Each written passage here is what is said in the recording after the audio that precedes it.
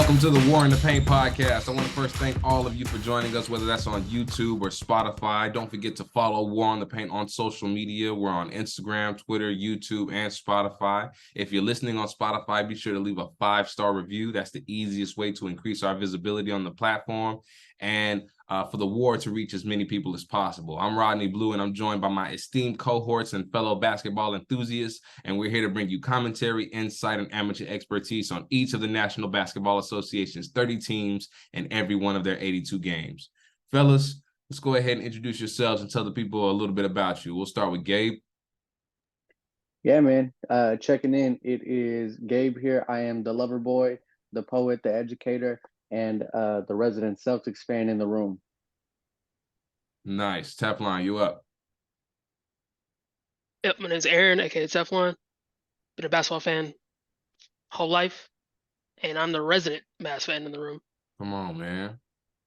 Nojo? I'm Nojo, man. The resident LA Lakers fan, and yeah, man, I'm just here to talk shit and argue with niggas. And last but not least, Ricky Blue. What's going on, man? I'm just here so I don't get fined. And again, I'm Rodney Blue, a dad, writer, and basketball junkie who played the big man growing up, priding myself on my defensive acumen and back to the basket game until I realized at the end of my pubescent growth spurt that me and Steve Nash were about the same height. So that pretty much ended my hoop dreams. Again, thank you for tapping into the War in the Paint podcast. The premise of this show is a weekly basketball conversation that, as I stated earlier, covers each of the 30 teams and every one of their 82 games. Each of the show's hosts have been assigned 6 teams, 3 in the Western Conference and 3 in the East. And every Sunday of the NBA season, we get together to discuss our team's performance throughout the previous week. Team Blue consists of, in the West, the reigning champion Denver Nuggets, the emerging but still unproven Minnesota Timberwolves, and the poster child for unfulfilled potential, the New Orleans Pelicans. And on the East, I have the post-KD, Kyrie, Harden, and Nash era Brooklyn Nets, the bad news Charlotte Hornets, and the youthful, potentially surprise breakout Indiana Pacers. Gabe, who you got? Yeah, man. So starting in the East, I got the super duper team, Boston Celtics. I got the swing and miss Miami Heat, the pride of Canada, Toronto Raptors. Moving to the West, man, I got the jawless Grizzlies, the Daddy Warbucks Phoenix Suns, and last year's sleeper surprise Utah Jazz. Bet. Teflon, who's on Team Tef? Who's on Team Aaron? My West teams are the 2-game tank Dallas Mavericks, 2025 3-peat champion OKC Thunder, and the Beam team Sacramento Kings. On the East, I got the Cleveland Cavaliers. Ain't really too much of a nickname I can get in. And I got the NBA YoungBoy Detroit Pistons and the Disneyland Orlando Mavericks, or Magics. No, Joe, who your teams?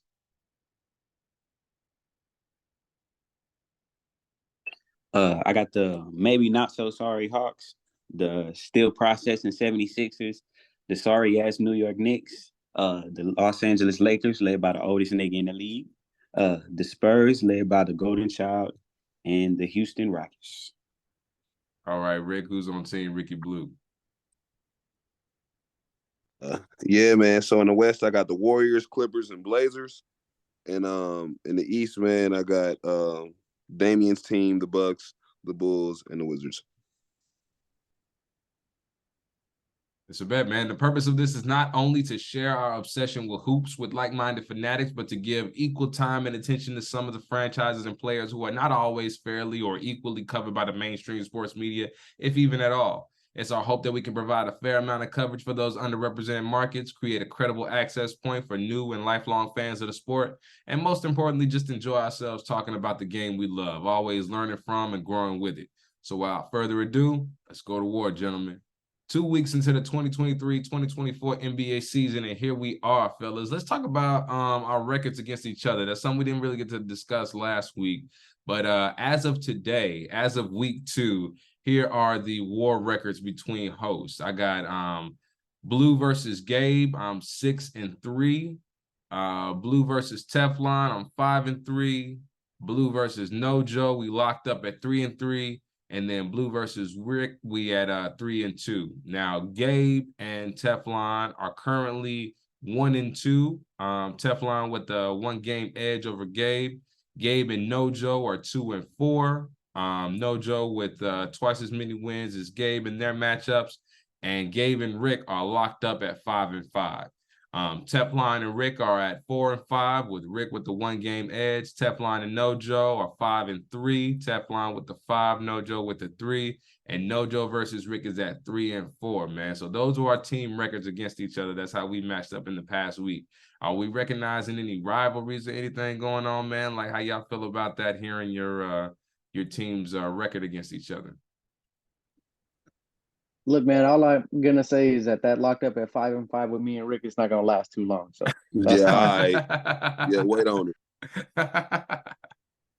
Hey man, I was surprised, man. I didn't realize you know what I'm saying, I was doing pretty decent, man. I mean, I feel like I got some pretty middle of the pack teams, minus you know, the reigning champion Denver Nuggets, but it's kind of cool to see our records, you know what I'm saying, our matchups against each other, you know, building the way that they are, man. That 5-5 Gabe and Rick is pretty crazy. I really thought Teflon was really out here killing shit, and then I saw, okay, well, yeah, you know, he got a couple wins, but you know what I'm saying, I got about 2 wins over Teflon. I had a horrendous second week. It happens. Yeah. My problem is Memphis is dragging me down. Yeah. I mean, 0-6, nigga, like that's an automatic. That's a dub for anybody. 0-6. You having the Celtics and Memphis is neutral at that point. Yeah, it's like 0-6. You cancel each other out. It'll be all right. We got it. For sure, man. Well, yeah, we'll let the rivalries continue to build, man. I love seeing, you know, our teams go up against each other and us being able to kind of develop that, you know, that inter-host rivalry, you know, when our teams match up against each other. I think that's pretty cool. And then, of course, like, you know, we also have, you know, instances when our teams play each other, so those don't count towards the records. But, you know, it's really dope to kind of be able to go head to head against the homie. And you know, and see how that pans out over the next 19 weeks of the NBA season. So yeah, let's start off with how the Atlanta Hawks are doing. Again, man, first off, before we jump into the war, last week's episode, right? 3 hours long. I mean, niggas was like we really went the extra mile. Niggas really delivered, over delivered on the extra credit for last week's, for the inaugural episode of War in the Paint. So I really want to thank y'all for not only, you know, tapping into that episode, and you know what I'm saying, and even if you only gave us, you know, 3, 4, 5 minutes, you know, whatever the case is, you know, I appreciate everyone who tapped in and even braved that 3-hour fucking that 3-hour fucking podcast. Like that's kind of nuts even for me. But we're gonna do our best to kind of streamline the content a little bit. So we'll limit, you know, our coverage of those teams to just, you know, kind of a overview of how they did the previous week. And you know, and then we'll speak specifically about one highlight game per host, right? So we'll choose one of our teams that we're assigned, and we'll speak, you know, at length about that specific game. But overall, we just kind of want to give like an overview of what that week looked like for our teams until we get to the highlight game that we'll dive deep into. But again, you know, the effort now is to take the 3 hours we're capable of and hopefully chop that down in half while still providing, you know, a reasonable amount of coverage for, you know, all 30 teams. Look, man, I was dragging ass the next day at work. Them kids got 50%. I said, Mr. Flores did got no sleep. Okay, so we're gonna watch movies today.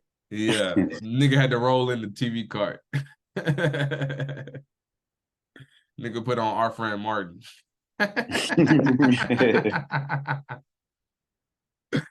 Hell yeah. But yeah, man, let's go ahead and jump into it. Nojo, you got us. You'll start us off with the Atlanta Hawks, man. How'd they do this week, man? Last I checked, man, they had won 4 in a row. I know they beat 2 of my teams. How are the Atlanta Hawks doing? How they turned around in week 2? Yeah, man, we're 4-0 right now. We beat the Bucks, the Wolves, the Wizards, and the Pelicans. And last week I was talking a lot of shit, man. I was talking a lot of shit about how these niggas were sorry, and Yeah, I guess they got their shit together, man. They looking really good, actually. Everybody's playing pretty cool. And then Okongwu then stepped up and got his shit together. But yeah, they look really well right now. Kwangu he looks ready to have kind of a breakout year, man. I mean, he's able to stretch the floor in a way that Clint Capella is unable to. And yeah, man, I've seen on a couple different occasions where they come out in the second half and they're a completely different team. Now, the refs aren't being as lenient or as rewarding to Trae Young as they have been in the past. I have seen he don't get that bump call that he's gotten a lot, and they've really kind of tapered, the type of shooting foul calls that he's accustomed to, sort of hacking the system, into. But then also, I think you get around to the third and fourth quarter, and he does start to get the benefit of that whistle, after halftime. Yeah, I think that shit weak as hell, but I don't know. We'll see. We'll see. They'll probably start calling it back in the middle of the season. They do a lot of stuff at the beginning of the season, just be like, we're doing it, and then shit just go out the window by the middle of the end of the season.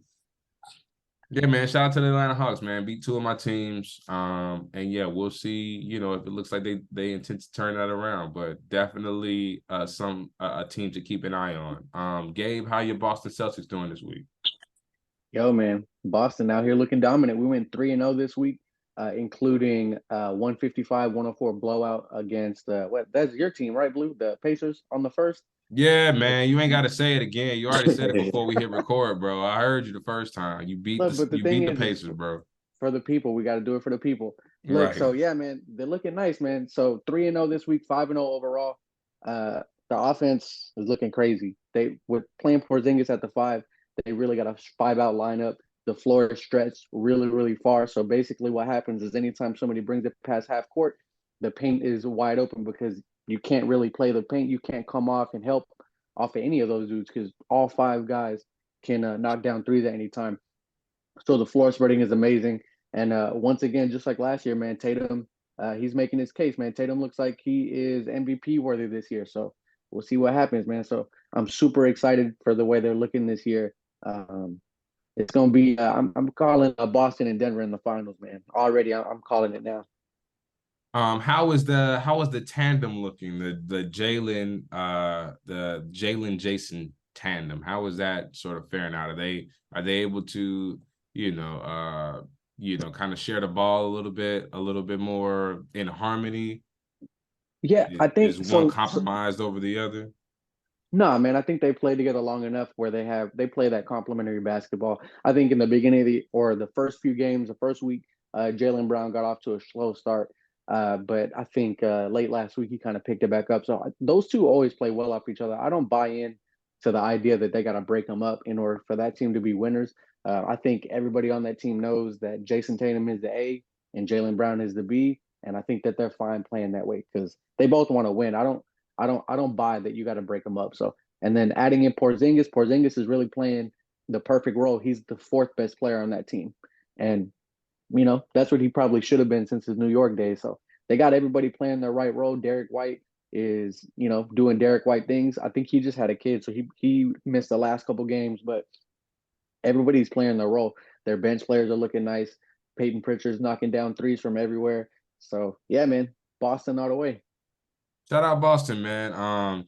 It's really a trip to see, the trajectory of Kristaps Porzingis. You know what I'm saying? He came into the league as this unicorn that nobody really expected. He kind of got a taste of the bright lights in New York and, and high expectations and, delivered on a lot of that Showtime expectations, but, not in the winning column.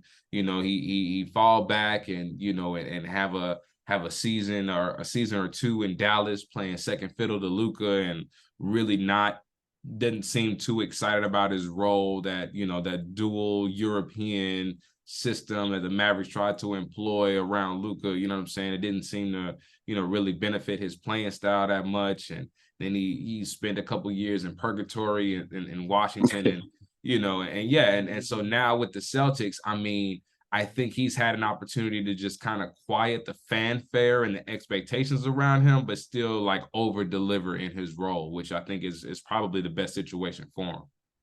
Yeah, man, he's just playing pick and pop. He's a pick and pop dude, and when he does roll, because nobody can really guard the paint, because they're playing 5 out with all the shooters, he really gets to go to work. So it's really like the perfect role for him. Very dope, very dope. Cool. Well, I love to hear that. And yeah, let's talk about Blues Brooklyn Nets, man. They started off week 1 0-2. Showed a lot of potential in the return of Ben Simmons, the breaking out of Cam Thomas.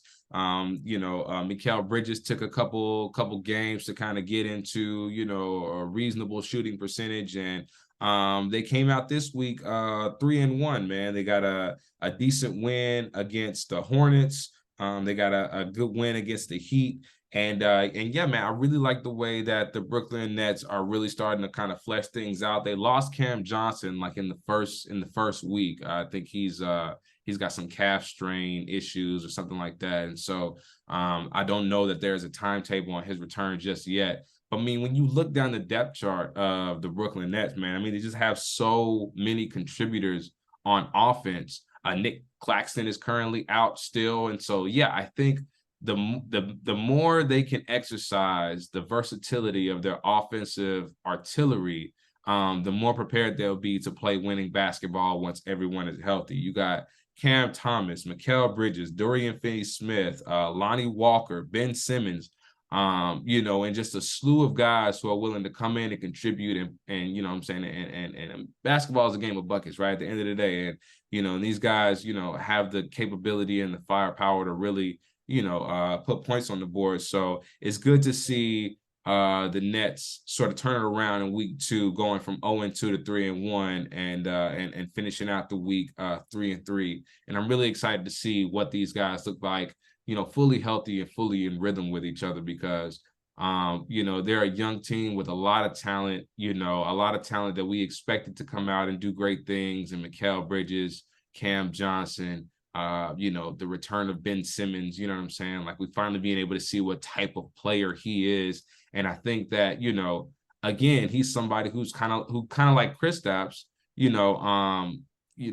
may not have benefited from the fanfare that surrounded him, may not have benefited from the expectations that were thrust upon him. But, when those expectations are removed, when, situations don't play out the way that, the NBA gods would want them to, it seems as though they can flourish in roles that are more catered to, their best means of contributing. And Ben Simmons, I don't know that the nigga has shot a 3 yet. I don't know that that's ever going to happen. But 11, 10, and 8, you know what I'm saying? Like, kind of consistently, you know what I'm saying? Like, you don't have to score 20 points. You don't have to, shoot beyond his range. And he does a good job of being a big facilitating guard while also playing on both sides of the ball. So as long as they continue to, just bunker down on, the things that they're good at, allowing the offensive players to continue to be offensive players, allowing the defensive players and the intangible guys to continue to contribute in the ways that they can, I think the Brooklyn Nets will continue to be solid, man. It's good to see them, kind of bounce back from that 0-2 start. Now, following them, we also have the Charlotte Hornets. Again, another one of my teams, man. The Charlotte Hornets is a team that, that can put points on the board, but ultimately, I know I said it, and it might sound contradictory. I know I said basketball is a game of buckets, but, it takes more than just, putting the ball in the hoop to win games. And, the Charlotte Hornets are, an example of that. Currently, what's their record? The Charlotte Hornets are, I should have this already. The Charlotte Hornets are 2-3, right? So almost at 500. Their last game was a nail biter, man. I mean, a shootout between them and the Pacers that really came down to the last possession. And what we saw in that game was that, the Charlotte Hornets can score with the best of them. We know that, especially, against, teams that really don't have championship acumen, but still have a wealth of talent. This Pacers game was a perfect example of that. You know, two teams with an incredible amount of firepower, and it really comes down to the final possession, man. And what we saw in that final possession was LaMelo essentially unlocking, you know, a talent, a skill, a desire to play on the opposite side of the ball that he really don't have an opportunity to express, whether that's because he's on a losing franchise or the expectations are low or whatever the case is. But yeah, to watch him lock up Tyrese Halliburton on that last possession was, I mean, you know, it was clutch. It was impressive from, you know, a two-way sort of perspective. You know, this guy can put up, you know, 25, 26, 27 points per game. You know, this guy will give you, you know, highlights and viral material up and down the timeline every time, you know, the ball is in his hands. But to see him really lock in on defense and not just prevent last second heroics from Tyrese Halliburton, but to peel the nigga, to take the ball away, like to seal the game. You know what I'm saying? Like that was something that's really impressive and just kind of shows shows the ability that exists and the when you couple that ability with desire to win basketball games. You know what I'm saying? Charlotte did a really good job, you know, playing their game, but also locking in when it was time to lock in. And I love to see, you know, Mark Williams continuing to expand his role as the big man on that team. And yeah, I mean, you know, I don't expect a whole lot from Charlotte. Like I said, you know, I look at them as one of those, you know, potentially, you know, in-season tournament teams, you know, who'll catch a hot streak in the middle of November, you know, towards the end of December, and like, you know, and have an opportunity to win $500,000 per player with the in-season tournament. But yeah, I mean, they went 1-2 this week, so you know, it's nothing to write home about. But there are definitely flashes of, you know, the desire and the ability to play winning basketball, and you know, that's all any fan wants to see. So shout out to the Charlotte Hornets for kicking it in the fifth gear, and yeah, that Pacers game came down to the wire, man. It was a really impressive stand to get that dub. All right, up next we got the Chicago Bulls. Rick, what the Bulls looking like this week? The Bulls 2-5. You know what I'm saying? Ain't really doing nothing special. I kind of feel bad for them niggas, man. You know what I'm saying? They're on a 3-game losing streak, well below 500, and I don't know, man. It just seems like they don't really have too much of a leadership situation over there. So it's like just a whole bunch of young niggas just hooping every night. And yeah, man, bad news Bulls, man. Take it out. The one win they got this week was again against my Pacers. I don't know why my Pacers continue to be the Huckleberry for bad teams, but the one win they got this week was against the Pacers, and I mean, you know, it kind of showed, you know, some signs of, you know, what that big three can potentially pull off. DeRozan had 20 points. Vucevic had 24 and fucking 17 rebounds. Zach LaVine had 23 points, you know, and hit, well, he was 1 for 6 from 3. But yeah, I mean, you know, didn't run like a really deep lineup. Don't have a whole lot of firepower outside the big three. Patrick Williams again continues to kind of, you know, not really live up to the potential that they had for him. They're not getting rebounds. They're not getting assists. They're in the bottom 25 of both of those categories in the league. You know what I'm saying? So it's just like they're just getting outplayed, bro. Yeah. Is it blow it up season? Are we looking at the same Chicago Bulls come February, come trade deadline?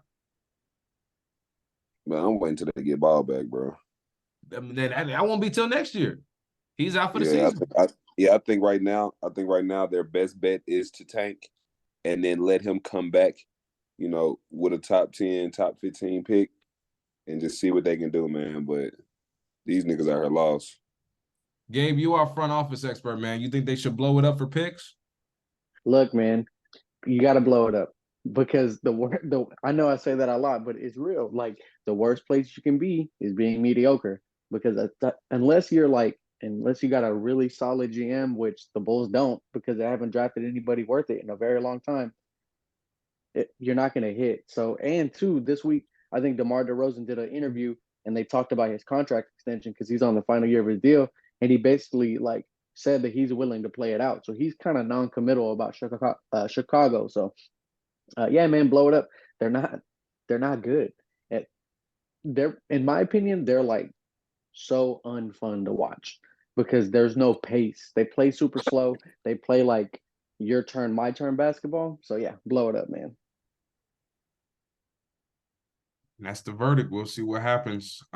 Keep your eye on the Chicago Bulls because, it's a lot of tradable pieces. It's a lot of guys with, an immense amount of talent, you know what I'm saying? Top 50, top 35 in the league in talent. They got plenty of tools to to load up for next year or the next couple years draft. So, I want to see these niggas play their D-League team. Because if them niggas get them a run for their money, man, we might even go and swap it out. They might need to convert some two ways, huh? Man, look, bro. Windy City Bulls, we looking for you. We looking for you, man. Step it up. It's 10 days on the table. Tef, Cleveland, the no-name, uninspiring, basic Cleveland Cavaliers, the Cavaliers of the land. What they looking like this week? Yeah, they won a 1-2 this week, and they finally got Darius Garland back and Jared Allen, which is much needed because this offense is horrendous. It's the fourth worst offense in the league, even with Donovan Mitchell going off for 35 plus regularly. Only win coming this week was against the New York Knicks, tight game, 95-89. But outside of that, all their losses are 100 plus. Most of these are 120. Just a dysfunctional team. Need to get healthy. Hopefully Jared Allen brings some much needed defense to this team. And the rest of the team can step up and help Donovan Mitchell. Because he's the only positive on the team. On the plus minuses. Look, man, the Cavs are cursed. Dan Gilbert did LeBron dirty and tried to say that they'll win a championship before he did, and they ain't won shit since. Minus when LeBron came back, but they're cursed, bro. They showed a lot of potential in last season, and and it looked like they were the winners of the Donovan Mitchell, Rudy Gobert sweepstakes for a while, and then they got fucking bullied by New York. They got bullied by New York in the playoffs, no? Did they get manhandled by New York in the playoffs? I feel like that's what happened. That is exactly what happened. Yeah. Jalen Brunson was going off. Yeah, they got manhandled and Evan Mobley showed himself to be way too light in the ass for a nigga like Julius Randle.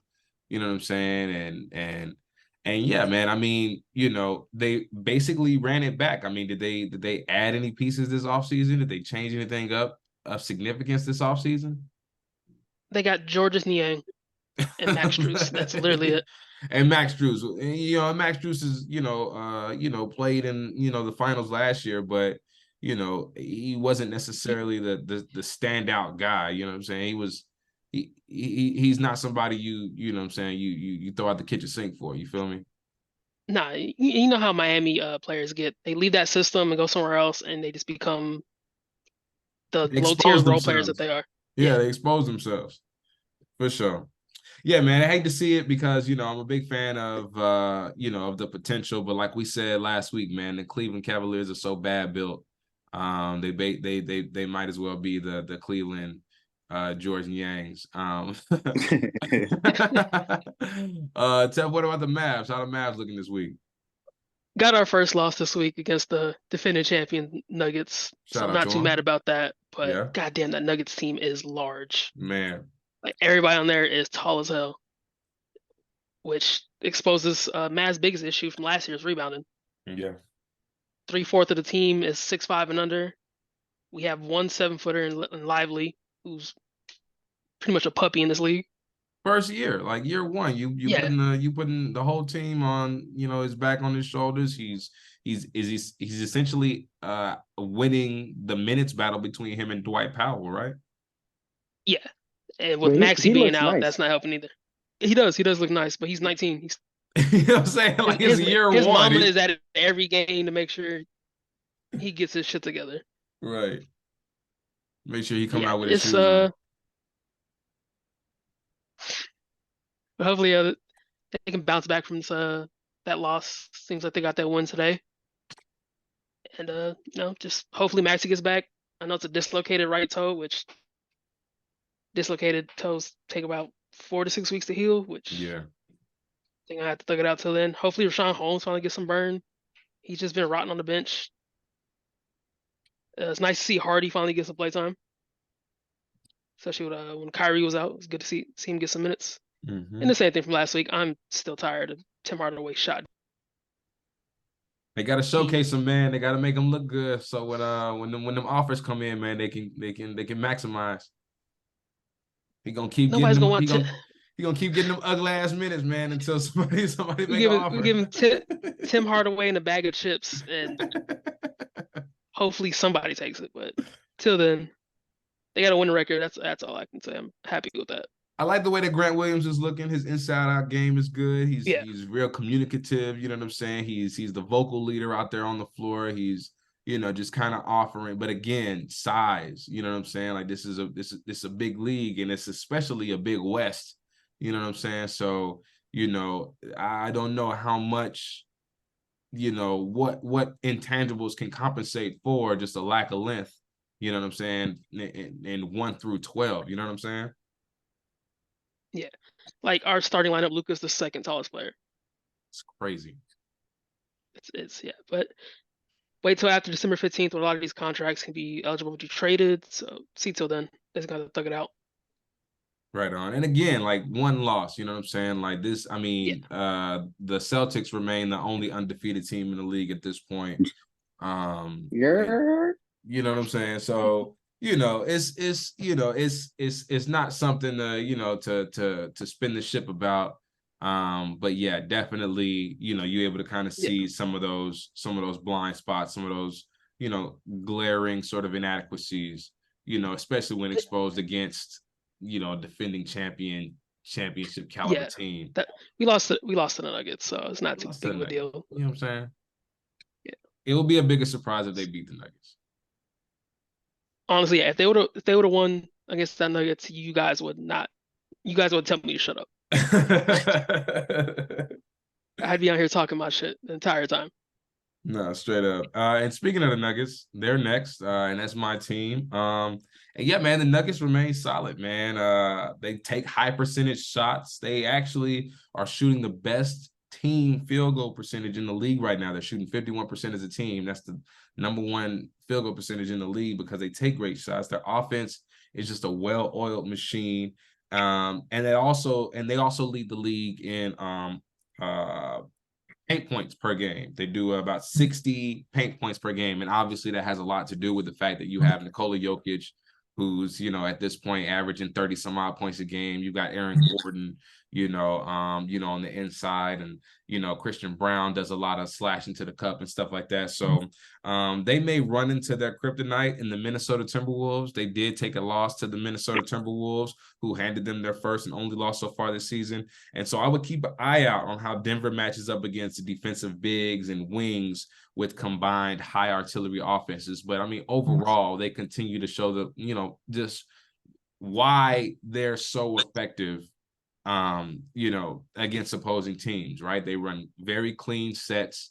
They have a maestro, on, with the ball in his hands, and Nikola Jokic, who can pass, who can rebound, who can score. And, many times he has to take the game into his own hands. Sometimes it looks fucking reluctantly has to do so, but, he does it, and he does it, with incredible efficiency. And they're just a really well-oiled machine, man. So anybody sleeping on the Denver Nuggets, as potential repeat champions is, not effectively watching basketball. Like, these guys, really have few flaws. They could probably play a little bit better defense, to be honest. But I think, you know, where they lack in that, they just make up for in straight up efficiency on offense, man. I mean, you know, sometimes it feels like they can't miss. Sometimes it feels like they just go down the court, they just do whatever the fuck they want to. But it's not do what you want to in a Houston Rockets kind of way. It's do what you want to in a, you know, in a proven system. And I think that, yeah, the Nuggets just are going to continue to be, you know, the most formidable opponent in the West. And yeah, right now it's looking like they got all the makings to, you know, I mean, again, just what 6-7 games in, it does look like they are still in championship form. So, you know, watch out for those Denver Nuggets, man, and you know, they expect that L when they come up on the schedule. Teflon, we got the Detroit Pistons up next. How they doing this week? Pistons went 0-3 this week. Expected. Yeah. Young team. Young team's gonna be young. Can't close out games. Sloppy play. A lot of turnovers. They're really missing Bojan out there because they. Weird thing is, they are bottom 5 in 3-point shot attempts, but they are top 10 in percentage, which makes no sense because that's their biggest issue is spacing. Because everybody crashes on Cade, everybody knows they want to drive, and that's pretty much it. It's just young team, gonna have their up and downs. Still fun to watch even though they're losing.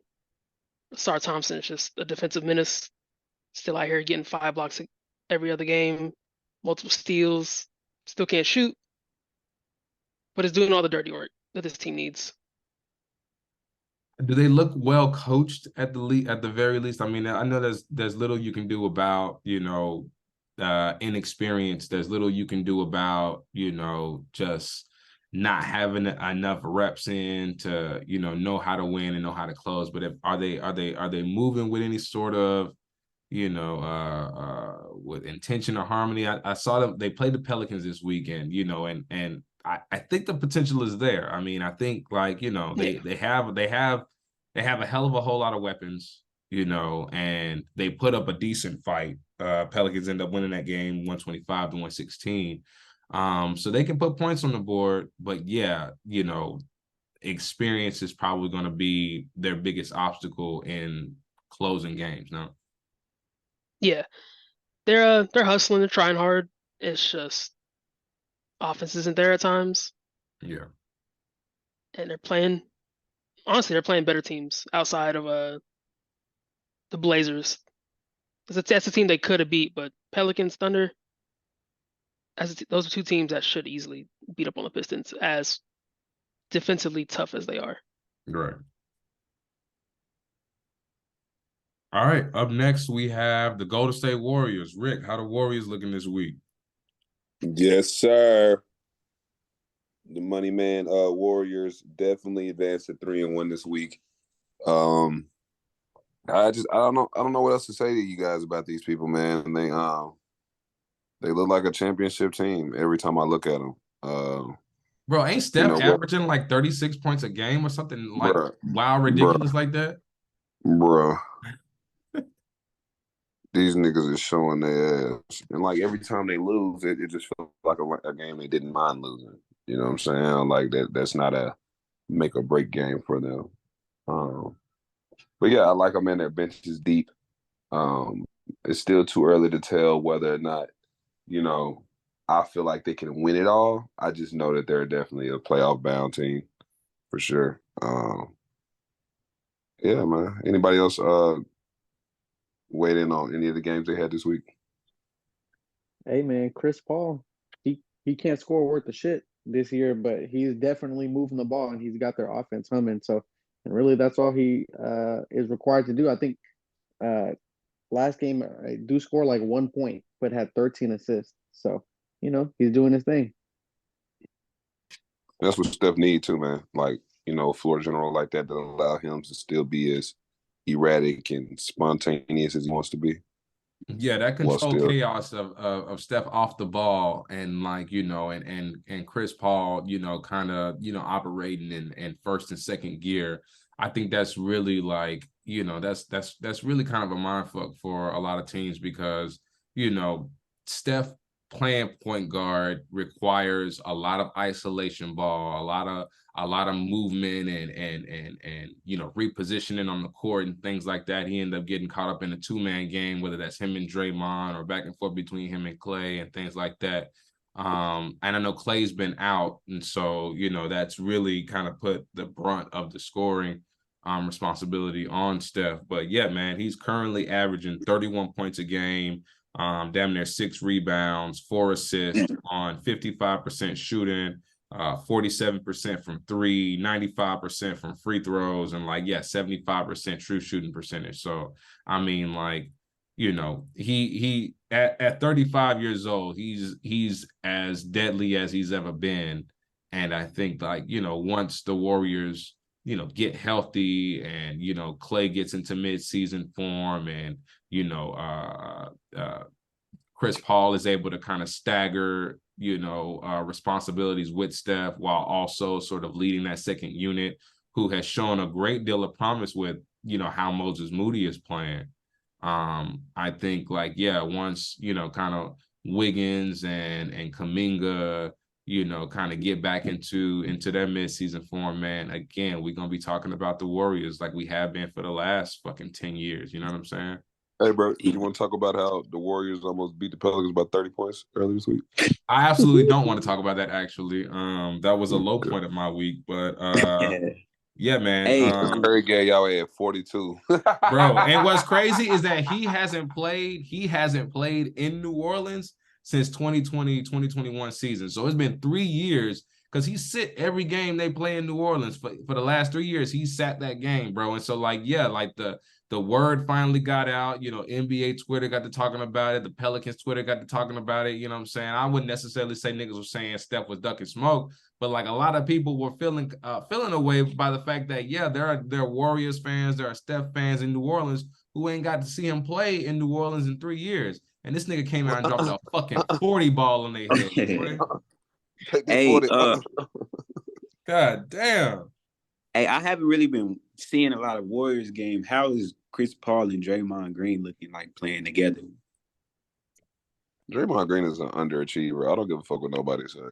He's a glorified morale guy. You know what I'm saying? Bro, he has to have dirt on the league, bro, because the shit this nigga get away with, bro, I just don't even understand, bro. Are y'all scared of this nigga? He ain't worse than Giannis' brother. Giannis' brother. I shouldn't say what I'm gonna say, but I'm gonna say it anyway. Giannis' brother shouldn't have a job. The only reason Giannis' brother has a job is because he's Giannis' brother. But I mean the fact that this nigga Draymond has extended games by 20 fucking minutes for yelling and screaming at the refs, nigga. Let's say the league has softened up. Let's say there isn't room for personalities in the league like Ron Artest and Rasheed Wallace anymore, right? We know that the league is changing that way where those guys, you know what I'm saying, will be facing suspensions, if not complete expulsions from the league in today's game.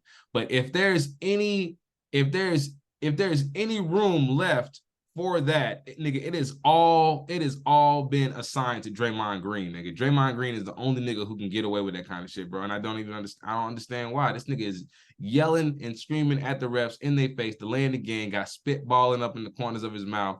And I don't understand how ain't nobody told this nigga shut the fuck up. Part of me love it. Because he got them hoes. That's why. You think that's what it is? That's what it is. He got them hoes. You can't tell him to shut up. Into a Wizards He's like... He fucking hit Jordan Poole with the Doctor Strange punch, nigga. Nigga wound up a wizard. Nigga woke up and was a Washington Wizard. and all the refs at the same time turned into Red Daddy off of Friday. No. Say, man, I don't know why he gets, but at the same time, okay. Side note. Do y'all feel like in today's current age of the NBA turning into, young nigga city, that an older team like the Warriors now have a chance of actually winning a ship. You know, do y'all see that, or do y'all think Yeah. they're a little bit too old? They're gonna always have a chance to win as long as they have Steph, bro. I think that for one, but then for two, like championships typically are awarded to experience. You know what I'm saying? Yeah, Like yeah, there yeah. is a lot of firepower in the league, and there is a lot of youth in the league, and there is like the old guard is being phased out like more quickly than ever, nigga. Like nigga, KD is in year 14. Like what? You know what I'm saying? But like, yeah, like we're seeing that old guard, you know, sort of being phased out. But ultimately, at the end of the day, for the last 10, 15 years, nigga, it has come down to Steph, LeBron, and most recently, you know, the Denver Nuggets, who have continued to tinker away and build on, you know, their sort of veteran core. You know what I'm saying? Obviously they don't have as much skin in the game as Steph and Bron, but you know, I think building teams through years of tinkering and you know and building winning, you know, building championship habits is what ultimately crowns the champion at the end of the day, because we haven't seen these young teams succeed at the highest level yet. You know what I'm saying? As much youth as there is in the league now, like, you know, have they won anything? You know what I'm saying? What have they, you know, what have they accomplished outside of, you know, pushing older heads out of the league? You know what I'm saying? Yeah. Mm-hmm. Yeah, man. Shout out to Golden State, man. They will continue to be deadly as long as, you know, Steph Curry is the centerpiece. And you know, if you know anything about this game and you know how much he means to this game, he probably ain't going nowhere. No, Joe, we got the Houston Rockets up next, man. What are they looking like this week? This week we went 2-1 with a loss to the Warriors and a win over the Hornets and the Kings. I still think they suck. I'm not gonna lie to you. The win over the Hornets, they beat the Hornets. It's just the Hornets, you know what I'm saying? And then the Kings, the Kings didn't have De'Aaron Fox, but they did kind of beat the shit out of the Kings. So, but they gonna run it back. They said the Kings was looking like the Wizards out there without De'Aaron Fox. Yeah, man. But I mean, we gonna run it back tomorrow. I don't know if De'Aaron Fox is playing or not, but yeah, they definitely they're running it back tomorrow. So we'll see if that was just kind of like He's been ruled out. Oh, he was ruled out. Oh, Yeah. well, fuck it. That should be a game they could take. But no, I seen the Rockets don't have one player that's averaging 20 points a game. So each of these games is kind of like it'll be like 5 players in double figures, 6 players in double figures. It's never really like one nigga just going super duper crazy. You know what I'm saying? Yeah. And they started to say that Jalen Green not really looking like a lottery pick. He not looking like a lottery pick in his 3rd year at this point. Yeah, he looking really, really regular. Everybody on the team looks really regular. I'm not gonna lie to you. But yeah, I don't really think he's a superstar. I think he's nice, but I don't think he's a superstar. You know what I'm saying? But yeah, that's it. Houston Rockets, man. I mean, you know. Hey, wasn't Mikey Williams with the Rockets? Where was Mikey Williams at? Nah, Mikey Williams about to go to jail. I'm saying before did he not get drafted? Did he not go? Nah, I don't think he made it in college. Oh, he in college? He hasn't even made it to college yet. Yeah, I think he's supposed to play this season, but that's a wrap. Yeah, that nigga out here trying to be T.I. He going to be in a slammer. Oh my god! All right. Mike Williams play for the Rockets. No, that nigga going to jail. I'm trying to figure out which is worse. God damn. Say man, what a fall from grace, bro. I mean, sucks to see it, bro. I think Houston cursed, bro. And y'all niggas wanted to blame James Harden. You know what I'm saying? But these niggas religiously do not take care of their players, bro. And they don't want them niggas to go to the strip club. They don't want them niggas to have no fun. Now you got I don't know what they had going on. That little video that was circulating with Jalen Green, and they was having a little too much fun. You know, did he pop up with Drea like shortly after that? Like a basketball? He did. That was okay. That was all right. Said, I am delivered. I don't like men's no more. Yeah, this nigga has way too many dry humping videos with Josh Christopher. Come on, man. Come on, man. But hey, I'm not here to shame nobody. You know what I'm saying? Do what you do, young man. Just win some basketball games. That's all I'm saying. If you're gonna be doing that, you know what I'm saying? Not Dwight Howard on the other. Oh yeah, he's done for it. Nigga's cooked. We The Indiana Pacers, my team, the Indiana Pacers went 0-3 this week, man.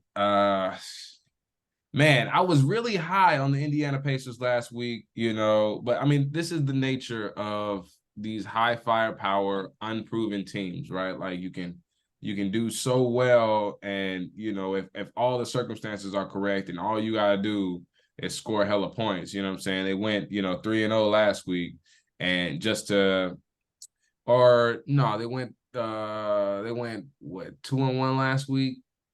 Regardless, they're 3-3 now. They have 500. They lost 3 this week.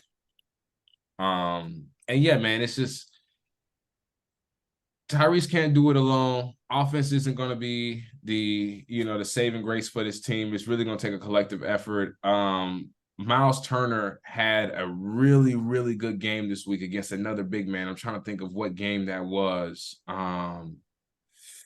What game was that? Now I'm gonna be looking stupid. It wasn't against the Celtics. He had a really good game this week that came down to the wire. Damn, I can't even think of it. I'm gonna be kicking myself for that. It was Cleveland. Yeah, That was 27-9. Yeah, that was Saturday though. Really good game, man. Really showed out, you know, really offered, you know, not only offensive presence, you know, but you know, defensive, you know, sound of mind, you know what I'm saying? Like, you know, really battled it out with Evan Mobley against Evan Mobley, man. And you know, and I mean, granted, you know, they both had, you know, really, really good games. They both had really reasonably good games. But yeah, when it came down to it, you know, those guys locked in and came out with a dub, and Miles Turner really showed, you know, a lot of aggressiveness, you know, some of the things that he's been criticized for in the past. I mean, we all know he's a shot blocker, but you know, willingness to just like, you know, really commit to the defensive assignment. I think that was something that, you know, he showed a lot of promise in, man. And again, they have a lot of firepower. You know, Aaron Nesmith has been showing out, you know, for the past couple games. Of course, Tyrese Halliburton is going to continue to, you know, put up the numbers that we expect from him, type of, you know, breakout player that he showed himself to be last year and this summer during the FIBA championship. But again, you know, you got to be able to piece it together, and you got to be able to come out with a win. Now, granted, this week they had a lot of, you know, they had some reasonably tough opponents, man. I mean, I wouldn't say the Bulls was one of them, but they lost to the Bulls. They lost to the Celtics in a fucking blowout. And they also they beat Cleveland. So yeah, that the in-season tournament game was was Miles Turner's breakout game. But then the following day they have that, you know, that heartbreaking last second loss to the Charlotte Hornets. And so yeah, I said 0-3, but it was more like 2-1 this week. You know, overall, it's just being able to piece together wins. You know what I'm saying? And they came across some serious teams, you know, in the Celtics. You know, they lucked up and lost to the Bulls, but ultimately, like, they have to be able to put all of their pieces to work, man, and pull out a dub, man. So I hate to see them, you know, fall the way that they did this week. But again, the expectations aren't super high. So hopefully they can start to put it back together and like really use the pieces that they have, man. I expect more from Ben Mathurin too. I'm not seeing as much, you know, just presence of mind from him as I saw last season, or as he, you know, as you know, we expected from him coming in with the type of game that he has and the type of game that he professes to have. You know, I really expect more from Ben Mathurin. So hopefully they can piece it together and get some more dubs, and next week looks a little bit better. But yeah, that win against Cleveland in the in-season group play was definitely a high morale victory, and hopefully they can you know, that'll spark, you know, some winning practices, some winning intentions with them, and they can continue to, you know, show themselves capable of winning big games. So up next we have the Clippers. Shout out to James Harden and the LA Clippers. We haven't seen him yet. He'll debut Monday against the Knicks in Madison Square Garden, of course, because it's the biggest stage in basketball, despite how the Knicks play. But how are the Clippers looking this week, Rick? And how do you expect them to you know, to fare in this new chapter with James Harden now that it's all said and done? I'm not gonna lie to you, bro. I really feel like James Harden will fit like a glove. Pause. Over there, man. I'm not gonna lie, bro.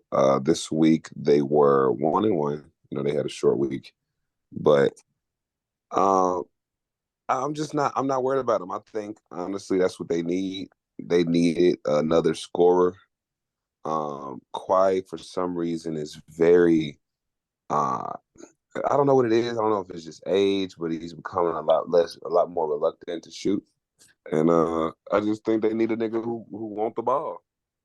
You know what I'm saying? And 9 times out of 10, James Harden want the ball. Yeah. You know, so you know. And I mean, and it shouldn't be underrated at all, but he's an incredible distributor. I mean, he led the league last year in assists. Like he's not as, I mean, he might be personally selfish in the way that he moved. You know what I'm saying? He might be, you know, thinking about player one in the way that he moved, but on the basketball court, man, I mean, he is an incredible distributor. He's shown himself capable of that. No, outside of Kawhi, you know, scoring 38, I just think overall this season, I just don't see, you know what I'm saying? I don't know. I don't see it. And I want to see it, but I don't know, man. He's wild for saying that he is a system, though. Yeah, if y'all saw his press conference. Yeah. Yeah. It is, though. I'm not a businessman. I'm a businessman. It is the James Harden system, though. Like, you know, and when players refuse to play well with him, the team tank, bro. You know, when niggas get on the same program, they do well, man. And I just think he at the point in his career where he need a trophy, bro, and he's more likely to get it with the Clippers than he was with any other team he was with. Hey man, I know the outcome, you know, went the Lakers' way in that November 1st game, the November 1st overtime game, but man, what a fucking game, man. What a fucking game. And somebody like James Harden could potentially turn the tables for them, man. Like, bro, every time. Yeah, definitely. You know, that's not as close, that's not as tight a game. That game might be a decisive victory for the Clippers with James Harden. You know what I'm saying? And that was an incredible game, man. Out, though. Everybody balled the fuck out, man. If Paul George hadn't fouled out in overtime, man, like, you know, it's anybody's ball game. Yeah. So no, man. He got 20 in the fourth. Yeah. That's crazy. No, man. I think LeBron is kicking his fucking chair right now. Because he gotta get, you know what I'm saying? He gotta get some production out of fucking Austin Reeves and D'Angelo Russell and fucking Taurean Prince, nigga. as his you know, third and fourth and fifth best scorers. Meanwhile, I mean, you know, the Clippers are looking stacked, man. I mean, you got these first niggas five out here opping up. You got out here opping up. You got their first five, you know what I'm saying? Russ, Harden, Paul George, Kawhi Leonard, Ivica Zubac. Then you got PJ Tucker coming off the bench. You got Terrence Mann. You know what I'm saying? You got a wealth of intangibles. Yeah. Like it's looking like the dominant LA team might not be the ones in purple and gold. And I say that and hand it over to you, Nojo, to talk about the Lakers week. Yeah, we're gonna see about that. I ain't gonna lie. But yeah, nah, we went 2-2 this week, with a loss to the Kings and the Magic, and then a win over the Magic and the Clippers. Uh Personally, I think our defense sucks. I feel like it's always sucked. I feel like players just kind of come to LA and just kind of well, as far as other teams, players just kind of come to LA and kind of just be like, I'm gonna turn up on these niggas. Uh we gave up 120 points a game on average. So I guess the game plan is kind of just like we need to score more than these niggas. We don't need to stop them. We need to score more. The game against the Kings, 132 to 127 was a loss. De'Aaron Fox had 37. Malik Monk had 22. The game against the Magic, the first game against the Magic, it was 103 to 106, and they didn't. None of the other players had 20 points. So they played a little good defense against the Clippers. I'm not even gonna lie. I don't know how we stuck it through. I guess we just kept scoring. Also, Leonard had 38, Westbrook had 24, George had 35, and then against the Magic, we got our ass whooped the second time around. Franz Wagner had 26, and Banchero had 25. So we can't. I don't know. Teams just kind of we just don't play no defense. We need better defense. That's my take. Yeah, man, offense ain't gonna do it alone, and honestly, like LeBron is really playing way more than I'm sure he or anybody else intended for him to play this early in the season. Like they gonna, and it's crazy to say because they made so many moves at the trade deadline last year, but it's looking like they're gonna have to retool even some more because Rui ain't showing up the way we expected him to. You know what I'm saying? You got Vando, you got Taurean Prince, you know what I'm saying? Taurean Prince has provided some three-point shooting, but I mean, yeah, in real life, what happened to D'Lo saying he wanted to be their Derek White? You know what I'm saying? Like that was cap. I mean, he could never. He could never.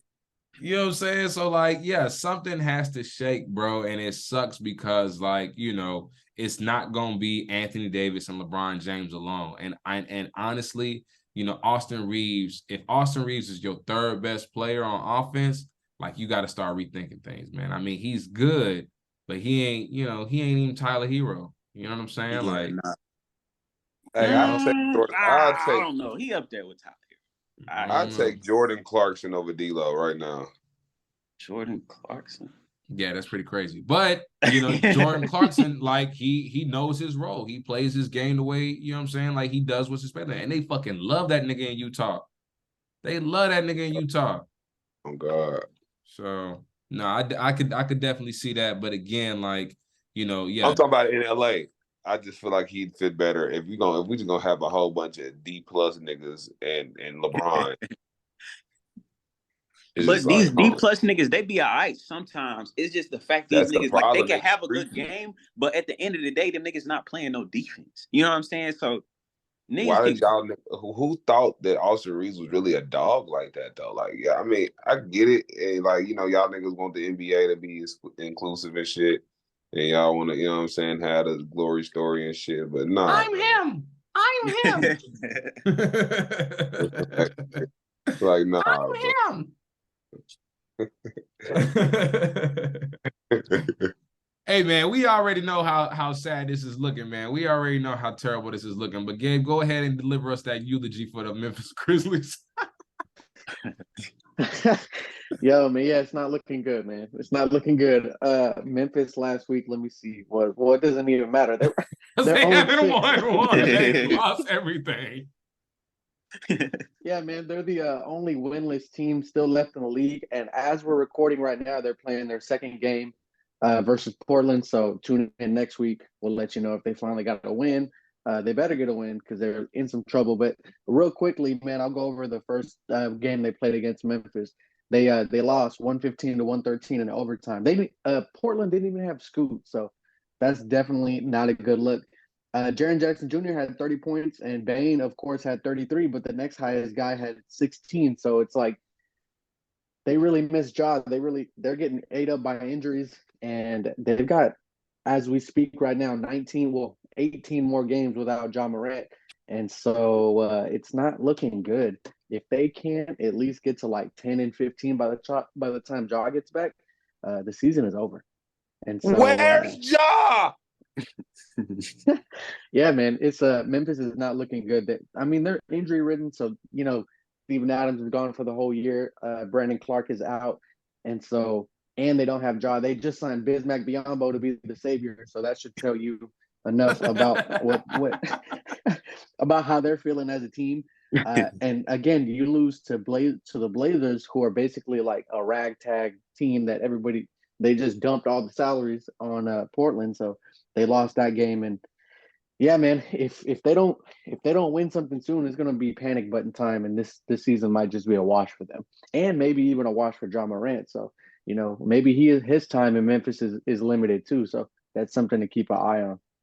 In that game 1 versus Portland, of the players who took more than one shot attempt, I mean, they have some reason. They got some shooting woes, man. I mean, honestly, like they taking a lot of shots from 3. They're not making a lot of them. You know what I'm saying? Like they turn over the ball like crazy. Like it's just, I don't know, man. Well, that was always their problem. That's the whole reason why they made the trade for Luke Kennard, but he hasn't really panned out. The problem is the thing is when Ja is there, they've got a bunch of dudes who know how to play the role, and they play it well because he can really orchestrate the offense, because the dude can get wherever he wants whenever he wants. So he brings the best out of people, right? But without him there, without like a real initiator, like I love Marcus Smart, man. I'm a Celtics fan, but he's not really a point guard. He's a small forward trapped in a point guard's body. And so they don't have somebody to run the offense. They traded away Tyus Jones. And so they don't have anybody who can really get everybody else going or like get people the ball. And so you got a bunch of dudes right now who are playing outside of their normal roles, and it shows. Yeah. Well, maybe they'll win tonight. Again, tune into War in the Paint Week 3 to find out whether or not the Memphis Grizzlies have put it all together and are turning the ship around. But right now, it is looking sad in Memphis, man. I follow all the NBA teams on social media on their I follow their Instagrams and their Twitter, and like the voice of the Memphis Grizzlies Instagram is just so dejected at this point, bro. It's like they're not even trying in the captions no more, nigga. They just post a score and hit and say final and hit send, nigga. Like they not even trying at this point, man. And I get it, man. It's frustrating. It's a lot of unfortunate circumstances surrounding the Memphis Grizzlies, man. And they really fell from grace, man. I mean, Ja wanted to be NBA young boy, and it really cost them like, a couple seasons if we're looking at this one included. So what about the Miami Heat, Gabe? What they looking like? Yeah, man. So, the Miami Heat aren't faring too much better. They went 1-2 this week. They're sitting at 2-4 for the year, so they're not terrible, but they're also not doing great. The biggest thing, man, is Tyler Hero is out here playing like a madman, literally like a man who is mad that he was in trade conversations for an entire summer. So he's been out here balling, though. I think I saw a stat the other day that like him, Luka, and Jokic are like the only dudes who have scored over 150 points, have had 30-something assists and 30 rebounds. So he's really out here balling, but that's about it. The biggest thing that I see that's a problem, and again, I talked about it last week, is they have a hole at point guard. Kyle Lowry is old and fat. And so and he shouldn't be a starter. And the thing is they got Tyler Hero playing point, but he's not really a point guard to begin with. They swung and missed on Dame. They didn't get Drew Holiday. They also didn't sign anybody, and they lost Strus and Gabe Vincent, who was arguably their second or third best player in the playoffs. And so they don't have enough like able-bodied NBA level players right now. And Jimmy Butler, he's off to a super slow start. Dude is only averaging 17, 7, and 3, shooting 40%. So I have a sneaky suspicion he's probably hurt, which wouldn't be a surprise. So they're struggling, man. The game that I wanted to kind of touch on was they lost to the Washington Wizards, man, 121-114. And so when you lose to the most unserious duo in the NBA, it's a problem, right? Kyle Kuzma, Jordan Poole, like them dudes play like high school players. Like they're talented, but they treat the game like they're in high school, and they lost. Man So was I think 20 throwing oops off the backboard. Yeah, Niggas was down 20. and They trying to that's pull who they LeBron lost D to. Wade. And that's who they lost to. And so, like in that game specifically, Tyler Hero had 24 points. You had Jimmy Butler had 20, but Bam only had 18. And so the thing is, I just don't think they have enough offense to make it happen. And so until they can figure out how to get a real point guard in there, and add some real like NBA caliber depth, there's going to be a struggle for them for sure. Trades are going to be coming fast. Bam Adebayo only having 4 rebounds that game is disgusting. Looking like Jaren Jackson Jr., man. It's disgusting. But yeah, I totally agree, man. But again, this isn't something NBA fans aren't unfamiliar with. The Miami Heat typically, and especially in the last couple years, have gotten off to a slow start. You don't expect much from them, and then they pop up the 8th seed and sweep the fucking Bucks, and are in the finals. You know what I'm saying? A couple months later, so definitely something to keep an eye on. Like you said, it might be the same story as before. You know what I mean? It looks iffy. It looks questionable. It looks sus in the beginning of the year. And then, out of nowhere, they decide it's time to play basketball. So, we'll give it another week and we'll see how they fare next week. Rick, the Milwaukee Bucks. What is it? What is it, Tell? Cream City, nigga. Cream time, nigga. Freak time in Cream City. What's it looking like? Is it freak time in Cream City or what? 2-1 this week. You know what I'm saying? So they got some cool shit going on. Nigga Lillard, of course, 30-piece Lillard. You know what I'm saying? In last game. I don't know, man. I like it. It don't seem like Portland is missing Dame, and so like I think it's a even exchange, between those two. Malik Beasley is like finding his way, and I don't know, bro. I'm a fan. Why aren't the Bucks completely dominating? Does anybody have an answer for that? Why aren't they completely dominating? I'm gonna use your favorite word. You gotta let them niggas congeal. Oh, that's my favorite word. Nah, man. Dame's the defensive liability. Yeah. Yes, but that's not why they're not winning. Like why they're not looking good. I think they knew that Dame was not a great defensive player when they traded for him. I think the problem is you're not seeing enough like Dame and Giannis pick and roll. Like I think I heard on a podcast the other day, like they're only averaging like 7 or 8 pick and rolls a game between them two, and Dame was running 30 plus last year in Phoenix. I'm sorry, with nobody. Right, with nobody. So until they start running like 20, 25, just Dame pick and rolls, like Dame Giannis pick and rolls, like they're not going to be as potent of an offense as we thought they would, because like those are their 2 best players. Literally, Giannis is like a center, and Dame's a point. They should be running pick and roll, but they're not. So until we see more of that, and I don't know if that's like Adrian Griffin being a new coach or whatever. Yeah, that was my next point. They have a brand new coach, right? So, that's a new system. That's him experimenting with shit. You know what I'm saying? This is his first year, and it's a completely different, he has the opportunity to completely, wipe the dry erase board clean. And Middleton's not playing great either. Yeah. Terrible. So, he's limited. They're limiting him to 20 minutes a game. He's still sore. So they're slowly working him back in. I think they'll be all right. I think they're not looking like the world beaters like we thought they would be. But, it's still freak time in Cream City whenever it happens. Yeah, and I think if they do go ahead and incorporate that pick and roll a lot more, Giannis is going to realize that he doesn't have to, compromise his points for Dame. Like he can really get his, how he normally does. It's just you got a nigga like Dame that's going to give you 30 every night if you feel like it. And so, I don't know, man. I'm waiting to see it. They're my boys. Right on, man. Up next, we have the Minnesota Timberwolves. That is my team. They went 2-1 this week. They lost to Atlanta. In that 4-0 win streak that Atlanta is currently on. They beat the previously undefeated Denver Nuggets in a surprising, definitive win, and they also beat the Jazz by about 30 points.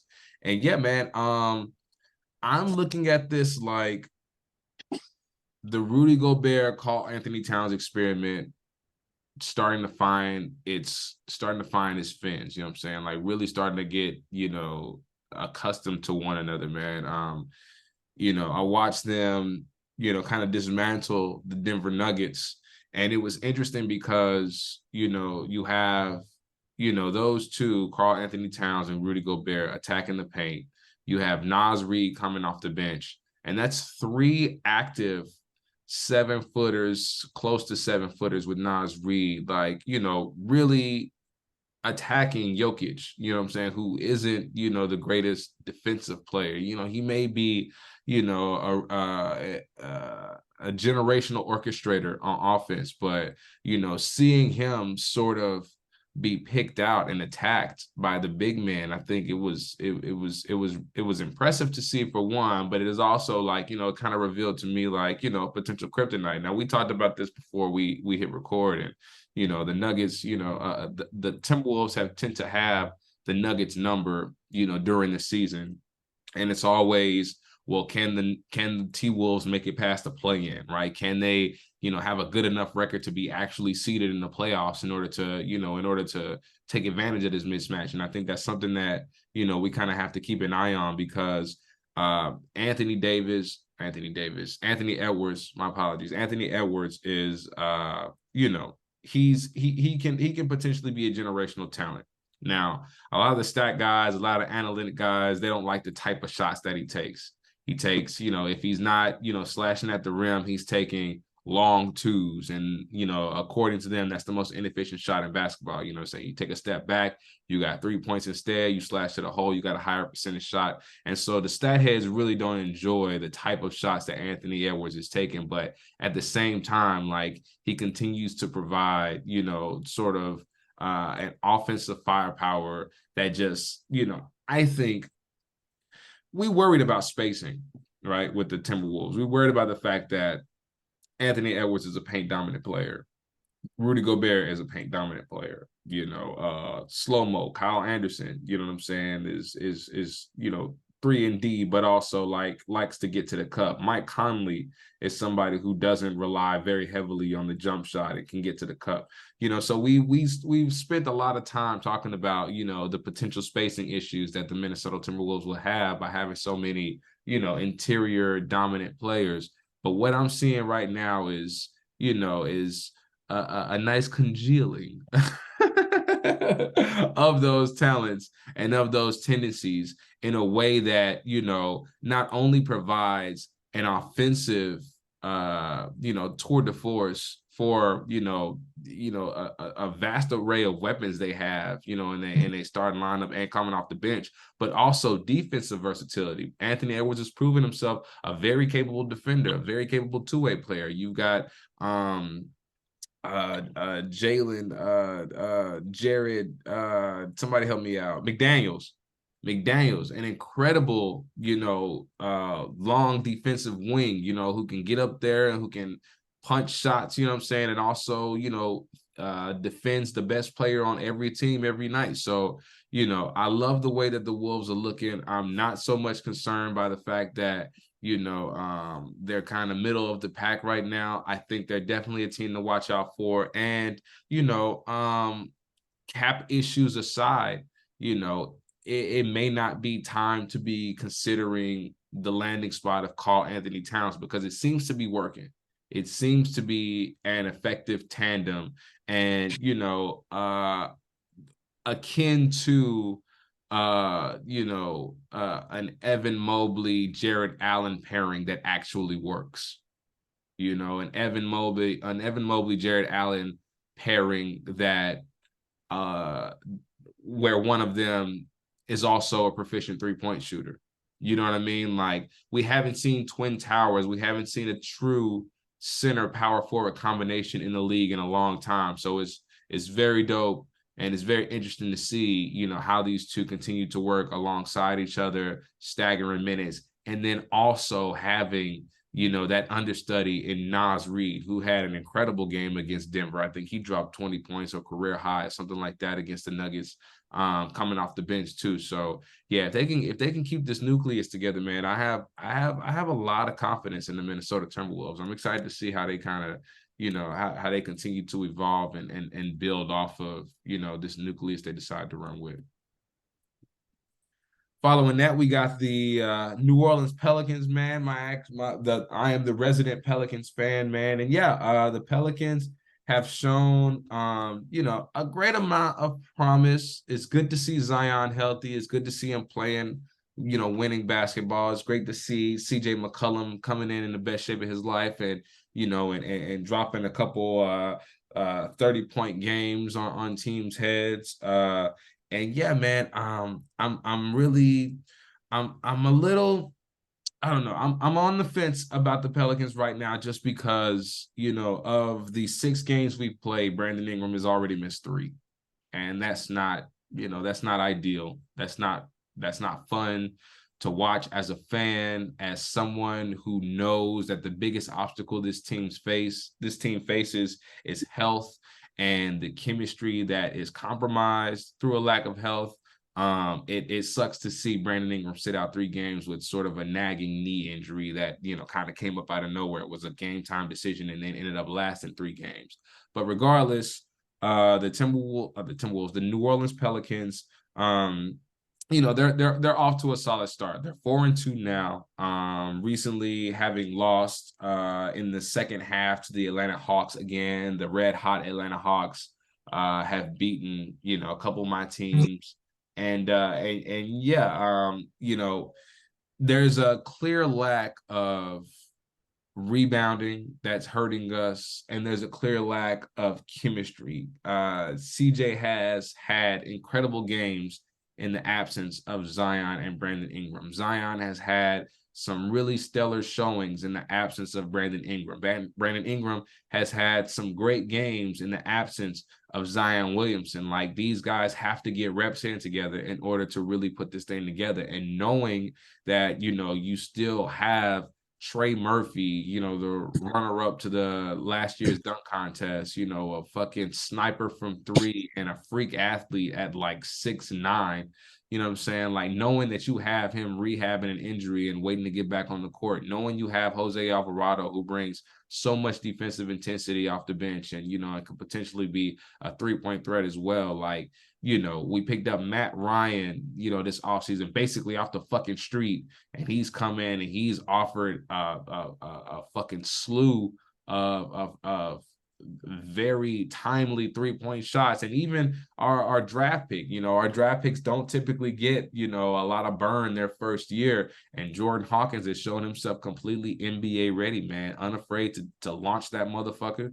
and has had several games where he's hit, you know, 4 and 5 threes, you know, in the game. So that, coupled with the defensive acumen of Herb Jones, somebody who is, you know, unafraid to guard the best player on the team every night, and, you know, and is blocking niggas 3-point attempts. Like, I think he has like maybe 4 or 5 3-point blocks this year. I think he leads the league in stocks, which is, you know, blocks that result in opponent turnovers. Yeah, man, we have all of the makings of a great team. Jonas Valanciunas, you know what I'm saying, our starting center, like, you know, he's, you know, capable of dropping, you know, 20 and 10, 20 and 12, 20 and 15 a game. You know what I'm saying? Like, if they're moving the ball, if they're being effective, and the most effective they have been is when they move the ball, is when they, you know, are passing effectively, is when everybody gets a touch. So it's really hard to watch that not happen, and to watch, you know, Zion give up on defense, and to, you know, see games where we're missing key components, and knowing that these guys aren't getting the reps they need to be effective on the court together. You know what I'm saying? Like that's really disheartening to see. But there's a lot of really good things to love about the New Orleans Pelicans, man. And I really wanted to talk about that game against the Oklahoma City Thunder, the 110-106 victory in which the New Orleans Pelicans came back from down 20 points. It was a rough shooting night. They missed 19 straight threes. The Pelicans started off 1 for 21 from three. Now, bro, 1 for 21. Now, the Pelicans ranked last year at the bottom of the league in three-point attempts, right? That was something that they came into the season and they wanted to change. It's like, we have to take more threes. But at this point, now we living and dying by it. You know what I'm saying? To go 1 for 21 in the first half is fucking nuts, man. But eventually, I think CJ McCollum sort of broke that, and then eventually we started to kind of get back in rhythm, making more threes and scoring more buckets. CJ ended up hitting 5 threes that game. He was 5 for 8, so he helped us break that streak. We also had a lot of help from Matt Ryan, again, a motherfucker we just picked up off the street. And yeah, we overcame a bum start that led to a 22-point deficit. And the game really turned around by the end of the second quarter, man. The Pelicans overcame their shooting woes, following a hot streak and leadership provided by CJ McCollum. And what's really unfortunate is that we're about to face another obstacle in our chemistry, because I just found out right before the show that CJ McCollum suffered from a collapsed lung.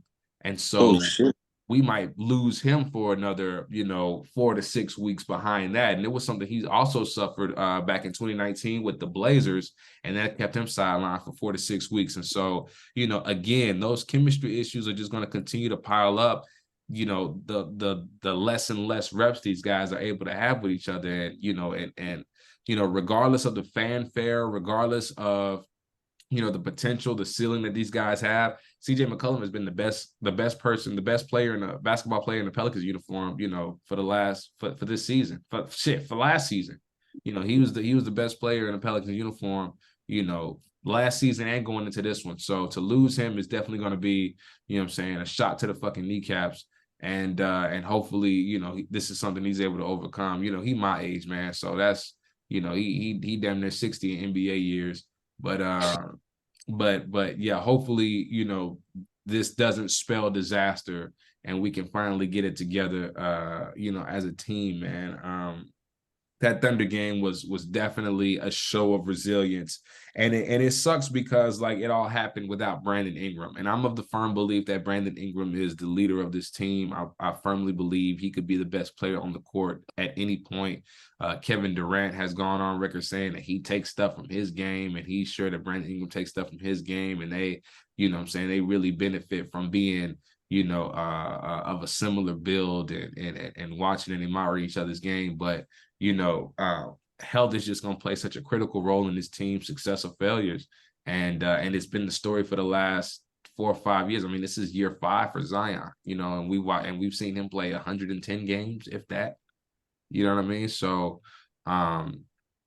the woes continue to pile up for the New Orleans Pelicans, but it's my hope that, barring any significant absences due to injury, these guys can put these pieces together and play some winning basketball, because all the pieces are there. It's just about putting it all together and doing it consistently enough to build something meaningful over time. And I'm not of the mind to blow the shit up. I'm of the mind of keeping it together and bunkering down and and figuring out the way these guys can coexist and dominate, because you got a talent like Zion Williamson and Brandon Ingram leading the charge.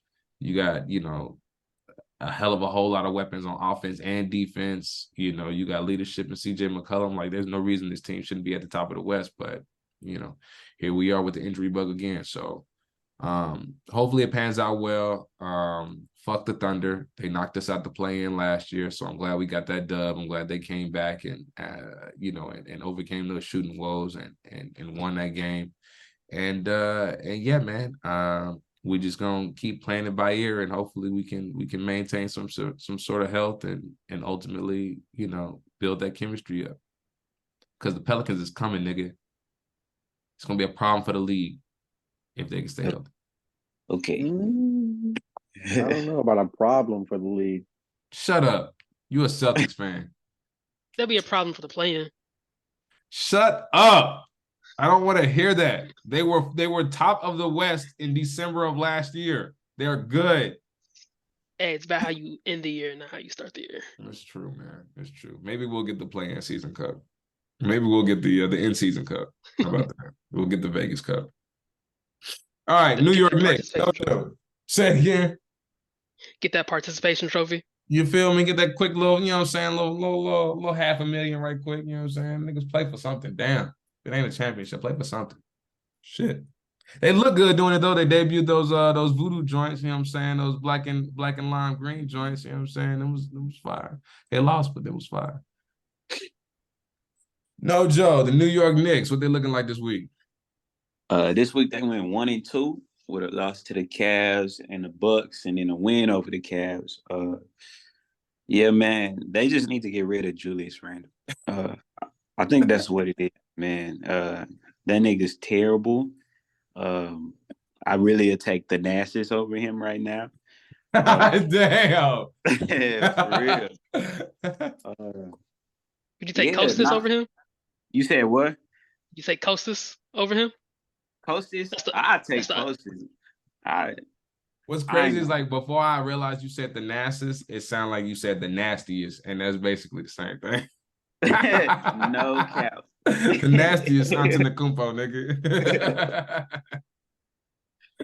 But nah, yeah. Julius Randle looking bad out there, man. He looking bad, man. He looking bad. It don't look like he getting along with his teammates. You know what I'm saying? He averaging 13. He averaged 13 points a game, and he's shooting 27% from the field. God damn, nigga. Like, are you like? Oh, the second game against you said what? What percentage? 27. That's crazy. We talking about a former All-Star? Yeah, that's crazy. That nigga. He had 6 points against the Cavs in their second game, and yeah, this nigga sucks, man. I don't know if it's just a stretch because he was hooping last year, but now he just is really, really bad. And I think he's fucking up the team at this point. I watched the play where he shot it, he missed. He got the rebound, drove in, missed. They threw the ball down. The other team missed. They threw the ball back, and he came down and did some more bullshit. It's no winning with this nigga. And that's my take. Yeah, I mean, I see it, man. I think New York Knicks fans see it. They've booed this nigga on occasion. He's giving them the thumbs down. You know what I'm saying? Like they let this nigga have it about, you know, his inconsistency. And yeah, I mean, for somebody who has been an all-star, for somebody with playoff experience, for somebody, you know what I'm saying, who's come up big, you know, in some major moments, to see this nigga get a whole fucking Space Jam Monstars, you know, power removal is just kind of wild. Like it's really ugly. And you know, the New York Knicks are, you know, I think they're a capable team. I think, you know, Jalen Brunson. Capable of what? I think I mean, they made the playoffs last year. They're capable. Yeah. They got some pieces, you know what I'm saying? But you know, I think Mitchell Robinson is an incredible rebounder. I think Josh Hart is a great intangibles guy. I think Jalen Brunson can get hot. I think Quickly has a high ceiling. But yeah, man, you know, I think they might need to reconsider how they use Julius Randle, because him as an isolation player, him as a you know, as a focal point of the offense, not coming off screens, just giving the ball and allowed to do whatever you want to do. Yeah. He been doing all right rebounding though. I think how they can use him is by he'll play. His role could be like just giving niggas high fives and stuff when they come to the bench. This nigga's the high five man. This nigga's went from a NBA All-Star demoted to the high five guy. He said, "Be Theo Pinson." Sit on that bench and get jiggy. But now I really hope he gets his shit together because he's nice. But I don't. Right now, he don't look like it at all. Isn't Randall like one of those players who like has a good year, the next year has a bad year, and like alternates, like Jekyll and Hyde? You don't know which one you gonna get. I guess so. I guess this is just one of them years. But the season just started, so hopefully it's not. Yeah. But right now, he look. Yeah. That body Yeah. language is horrible though. His body language is horrible, and honestly, it feels like niggas might have figured him out on defense. You know what I'm saying? Make him go right. Well, They did y'all- figured him out. Did y'all see the play? I can't remember who they were playing, but it was like 40-some seconds left in the game. They were down by 2, I believe, and Brunson had 50-something in that game. Brunson takes a the shot, he Bucks, misses probably. it. Yeah, and then so Brunson takes a shot, he misses, and then Julius Randle starts pouting, puts his hands in the air like, "What are you doing?" And then doesn't get back on defense, and it literally leads to a Dame transition layup with like 20-something seconds left in the game. And so that should tell you all you need to know about Julius Randle and the Knicks. And that's the last nigga that look at anybody like, "What the fuck are you doing?" Right, nigga. Because I'm asking you the same exact thing every time you touch the ball. For real. So yeah, this bro got to get his shit together. Everybody looks all right though. Everybody looks okay. Brunson is killing right now. Quickly looks really good coming off the bench. They didn't have RJ Barrett the last couple games. So you would think this nigga Randall would be like, "Oh, I should step up," but no, he just stayed ass. All right, Tev, we got the Oklahoma City Thunder up next. What their week looking like? OKC went 1-2 this week. Had that horrible loss to New Orleans Pelicans. Beat the Pistons, per usual, and they had a tough loss against the Warriors Friday night. But I'm still gonna piggyback off you off that Pelicans game.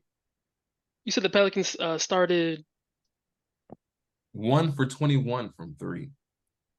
1 for 21, and guess what? What's They that? still outshot the Thunder from the 3 by 10%. Damn. End of the first quarter is 33-14, and then after that it was nothing but the Pelicans. They only had 18 in the second. Pelicans had 29. Thunder ended up falling in love with the 3-ball, which is not their strong suit. And ended up getting the game. And this is probably one of the reasons why I don't want to prop up the Thunder this year. They're still a young team, and they're gonna do shit like this, where they start real hot, and then that youngness in that team just has them falling off the end. What was Shea's shooting percentage? Because I know Herb was guarding him for the majority of the game. 8 for 20. Yeah. So that's that Herb Jones effect. And he was the only starter to go positive. Like, I'm a big plus minus guy. Yeah. That can let you learn a lot about a game. He's the only one that went positive with a +3.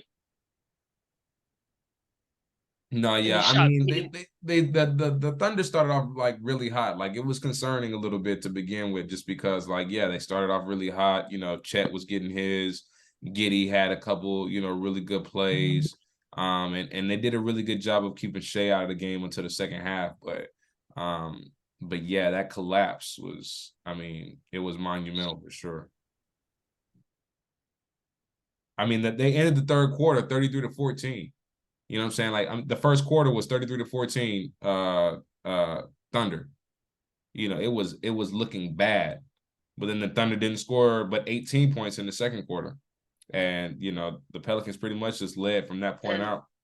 And Pelicans held them under 30 for the last 2 quarters, just pure defense. Yeah. And OKC just couldn't stop them.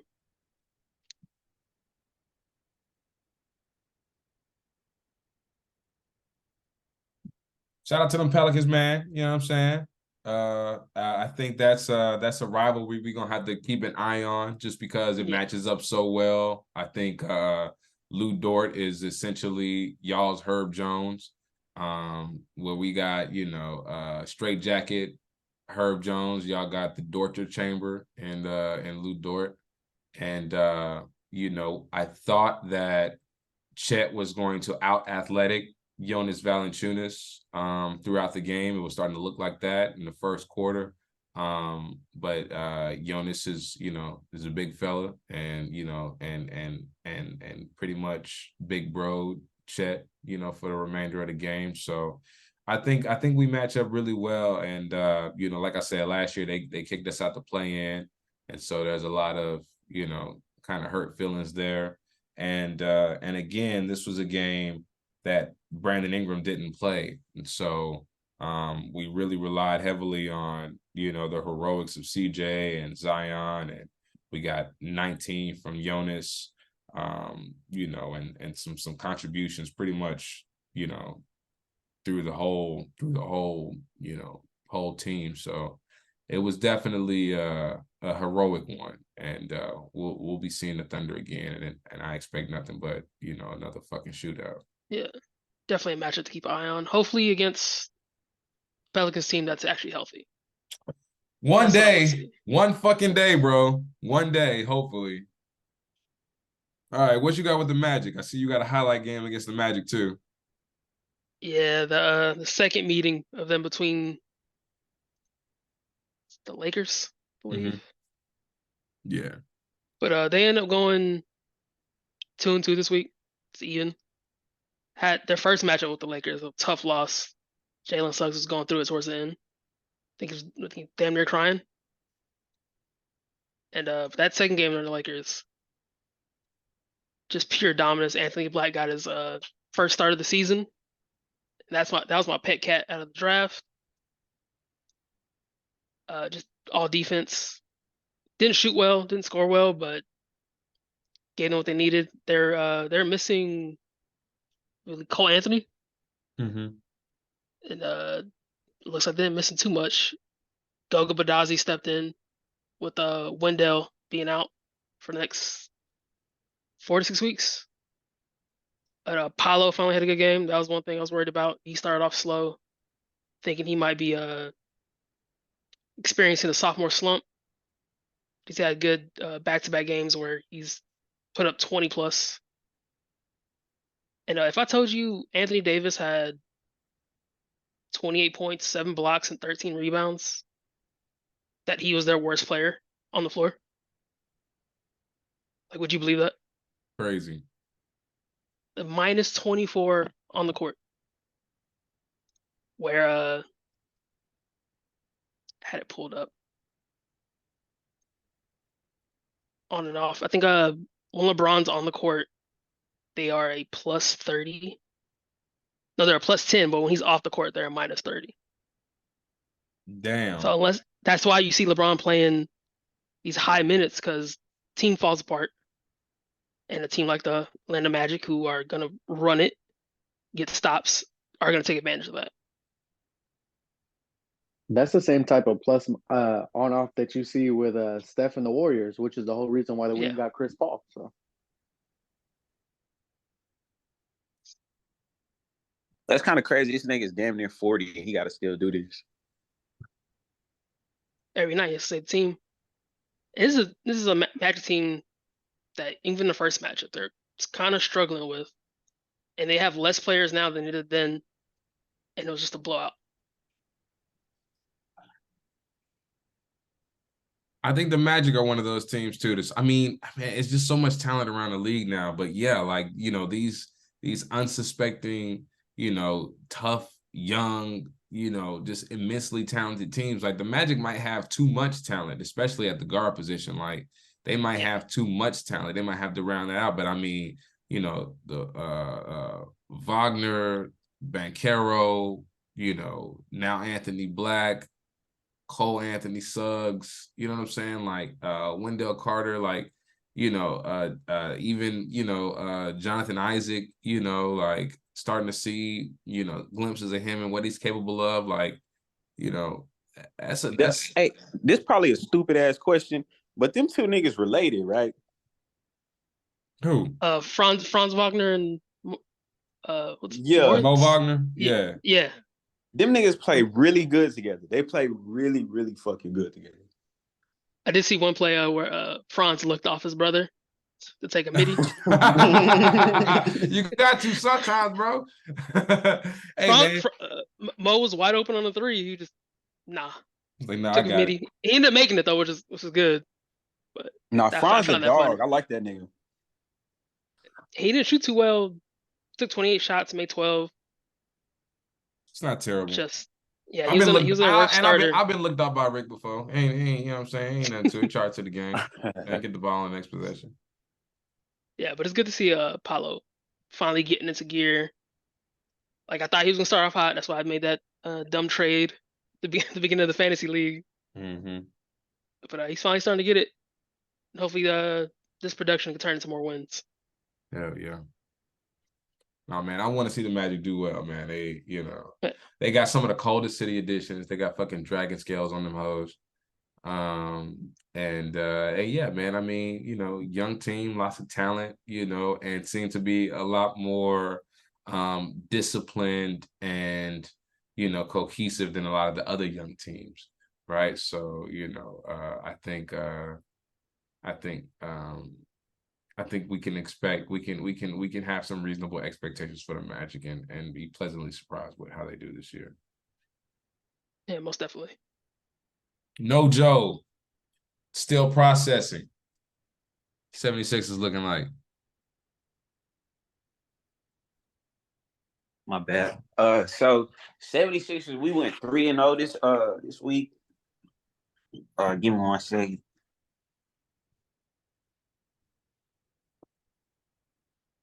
My bad. I'm over here heating up TV dinners and shit.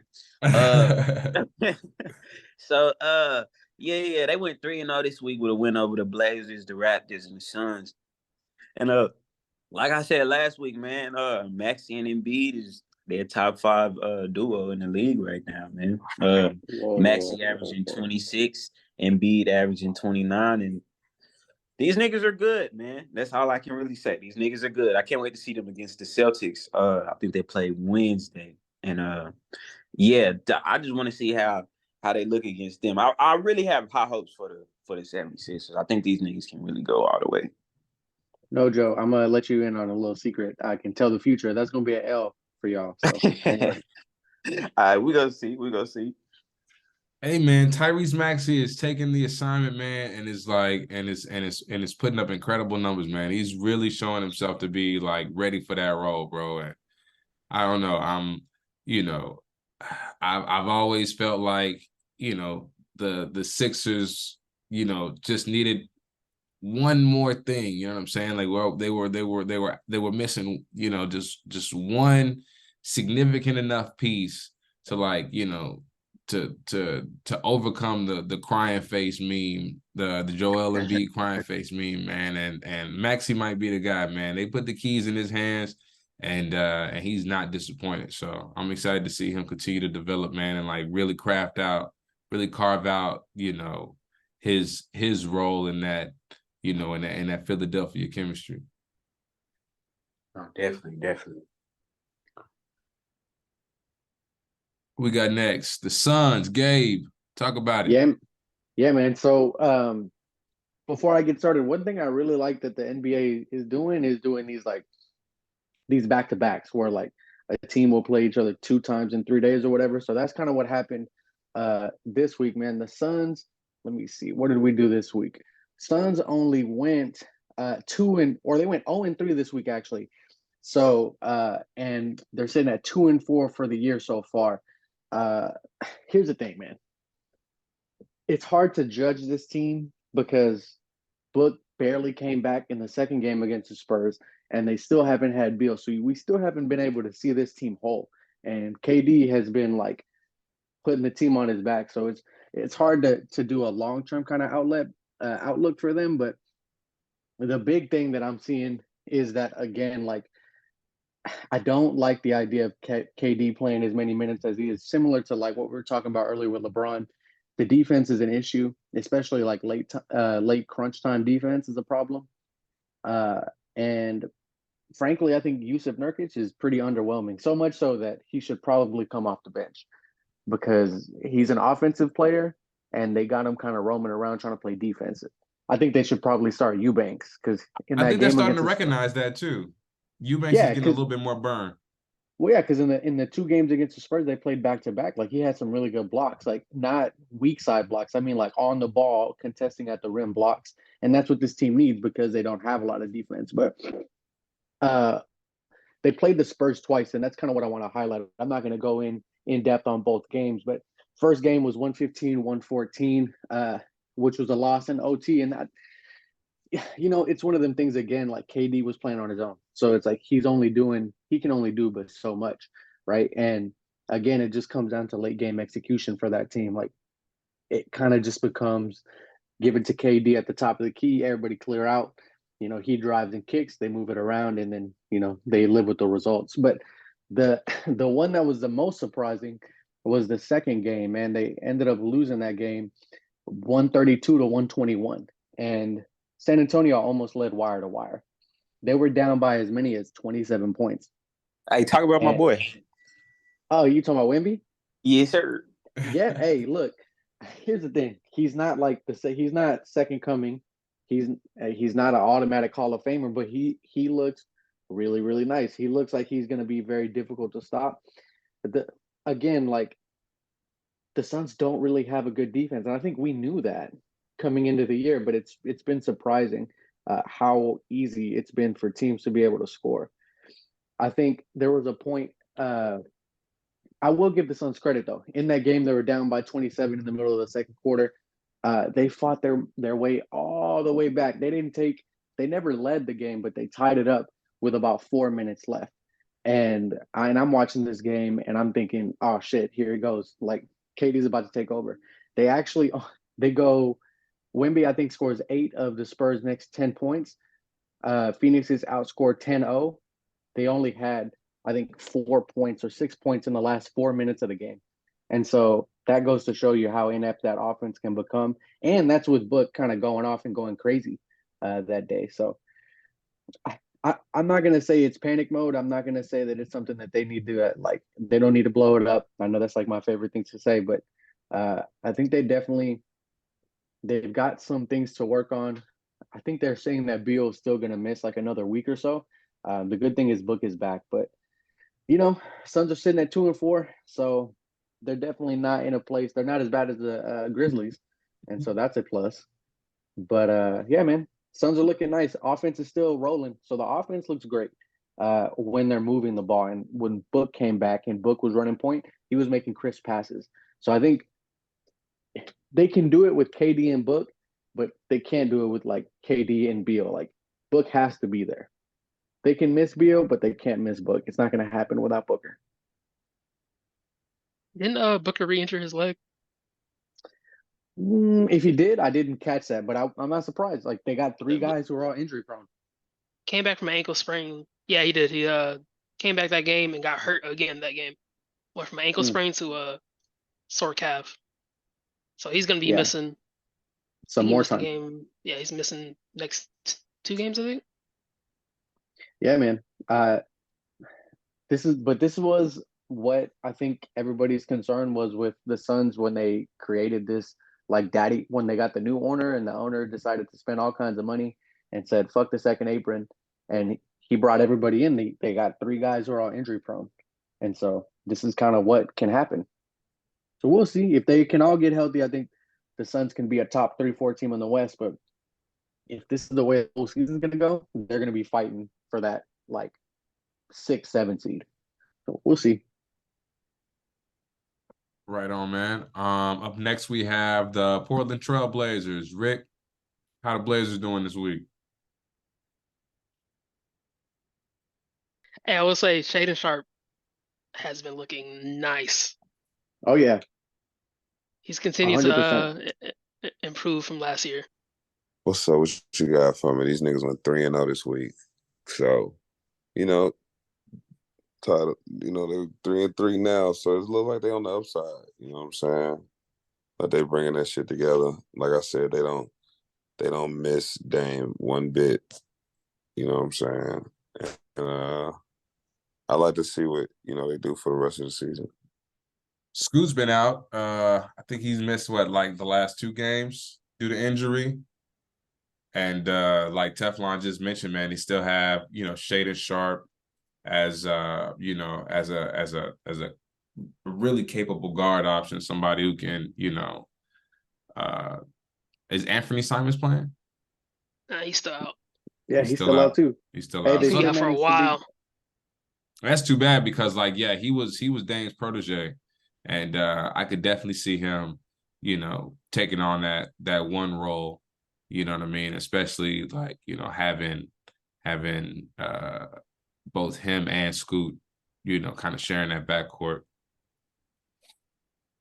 I'll say dominating had a pretty decent week this week. Yeah, I think he had a game where he had over 20 rebounds. yeah. I Still not scoring. remember you sending that to the group chat, but I mean, Yeah. like, again, like, he's the type of guy who don't want to be back to the basket, who don't necessarily want to bang on offense. You know what I'm saying? He rather, pop out mid range. You know what I'm saying? Take a fade away, and I think Phoenix kind of primed him to, just do what's expected of you. Like, you're not always going to be the star. You're not always going to be, the guy with the ball in his hands in the last minute of the game. But if you can be a star in your role, you know what I'm saying, you get paid in this league. You know what I mean? And if you pulling down 20 rebounds a game, like, we really can't ask much else from you. You know what I'm saying? He is a back to the basket guy, but he's not like a put a shoulder in your chest. He's more of a Right. let me spin and give you a hook, and he's not that efficient in that. Right. But yeah, when he plays his role, still not worth that 35 million, but hell of a rebounder. Yeah, man. I'm interested to see again those teams with, lower expectations, how they perform, when the lights are on and everybody's available. I liked the way, I mean, for Dame to even consider staying in Portland meant there was some potential there, right? Shaden Sharp, really, kind of broke out of obscurity last year. We saw what he was capable of athletically. Anthony Simons showed himself more than capable as a complimentary guard to Dame and potentially, the guy to take his seat, if he would ever to vacate that. And yeah, Scoot is a guy who, has, pretty much who came into the league a pro, getting that, that boot camp through the G League Ignite, having his game already being a grown man game and polished, and then being able to transition directly into the league. Like, that's something that, I think Portland is, is a reasonably talented team. And, we can see them all, playing cohesive basketball. I'm not saying that they have anything to play for, but they shouldn't be no punks. They're definitely going to be like an upset team, like a trap game on the schedule. Yeah. Yeah, not a team you can take lightly. Do we know the timeline on Scoot or Anthony? I know Anthony probably has like a month. Okay. And Scoot. What is Scoot dealing with? Sure. Not too sure. It's probably an ankle injury, as explosive he is. Yeah. They still managed to beat this. Yeah, it's an ankle injury. So he's gonna be day to day. Malcolm Brogdon, Robert Williams III, like, it's some firepower there. I have no idea why Matisse Thybulle is starting. But they gave him that contract. With that, yeah. They gotta showcase him. Right. Put that boy on the trade block. He still should have ended up being a Maverick. I'm upset. Nah. You dodged the bullet. Yeah. I'm cool. I'm cool with we have our Ozzy quota on this team. You already got 2. All right, man. And we also have the Sacramento Kings. I know they're dealing with the loss of De'Aaron Fox. Teflon, how'd they do this week? They end up going 1-2. Their only win of this week being against the Lakers in overtime last Sunday. Was watching that game while we were recording that Martin Scorsese length of a podcast. Week 1 was a fucking movie. Unfortunately, they ended up losing De'Aaron Fox that game towards the end. He was balling out of his mind at 37. And that was an ankle injury too, right? Yeah, just rough 2 weeks for ankles in the league. Yeah. You think got anything to do with them Currys? Nah, Curry's a built for the ankles. Okay. But we'll say a negative on this team so far is Kevin Huerter. Had a career last year averaging 15 points on 40% from 3. And so far, 5 games through the season, he's struggling to put up 7 points. And he's shooting abysmally. He's 20% from 3 while shooting 29% overall. Yeah. That's crazy. He started fading in the playoffs. And it's carried over to this beginning of the season. And with De'Aaron being down and Sabonis, good player, not the biggest factor to winning. This team could go into a little skid. They play Houston tomorrow. And it could be another repeat of Houston getting out early and they just don't have enough firepower to catch up. Play against Portland right after that. That could also be the same thing. And then it gets abysmally rough after that. I mean, they surprised us last year, right? Like they surprised the league. You Yeah. know, nobody was expecting the type of run that they went on, and now they're prepared. Now we're prepared. Now we know, you know, and yeah, minus De'Aaron Fox, like what have you done to shore up? What have you done to reinforce, you know, what you built upon last year? And Davion's giving them nothing. They didn't really add anybody besides McGee this year. And last so they year, didn't one of add the anybody. JaVale McGee is not True. a game changer. No, you know he's given them more valuable minutes this year than he gave the Mavs, which is kind of annoying. But I think one of the benefits they had last year, well, the benefit is that they were one of the healthiest teams last year. That's why they were able to True win so that. many games and get into the playoffs. But if they go back to those previous years where De'Aaron is missing time for an ankle, Sabonis is missing time for a sore knee, even though I have them finishing top half of the West, so anywhere between 3 and 4 to be honest, they could easily slide down to the bottom half, like 7, 8. Yeah. Sacramento Kings got to get healthy, man. I mean, that's the story of the league, pretty much. You know, it's so much talent, but you know, if guys can't stay on the floor, then you know you can see a team with a lot of potential like lose momentum almost overnight. You know, behind a key player missing, and with somebody like De'Aaron Fox who dictates the tempo, who is the offensive identity of this team. You know what I'm saying? Like that's a huge loss. Like who's gonna step it up if not Sabonis, if not Kevin Huerter, you know what I'm saying? If it's not, fucking Malik Monk, you know what I'm saying? Like who can fill that role, when you've anchored your offensive identity around, this singular talent, a great talent, a all-star caliber talent, but to lose him really, really exposes, the weaknesses of the foundation, you know what I mean? Yeah, because without De'Aaron, their point guard rotation is a little bit of Malik Monk, Davion Mitchell, Chris Duarte. That's crazy. That's not gonna cut it.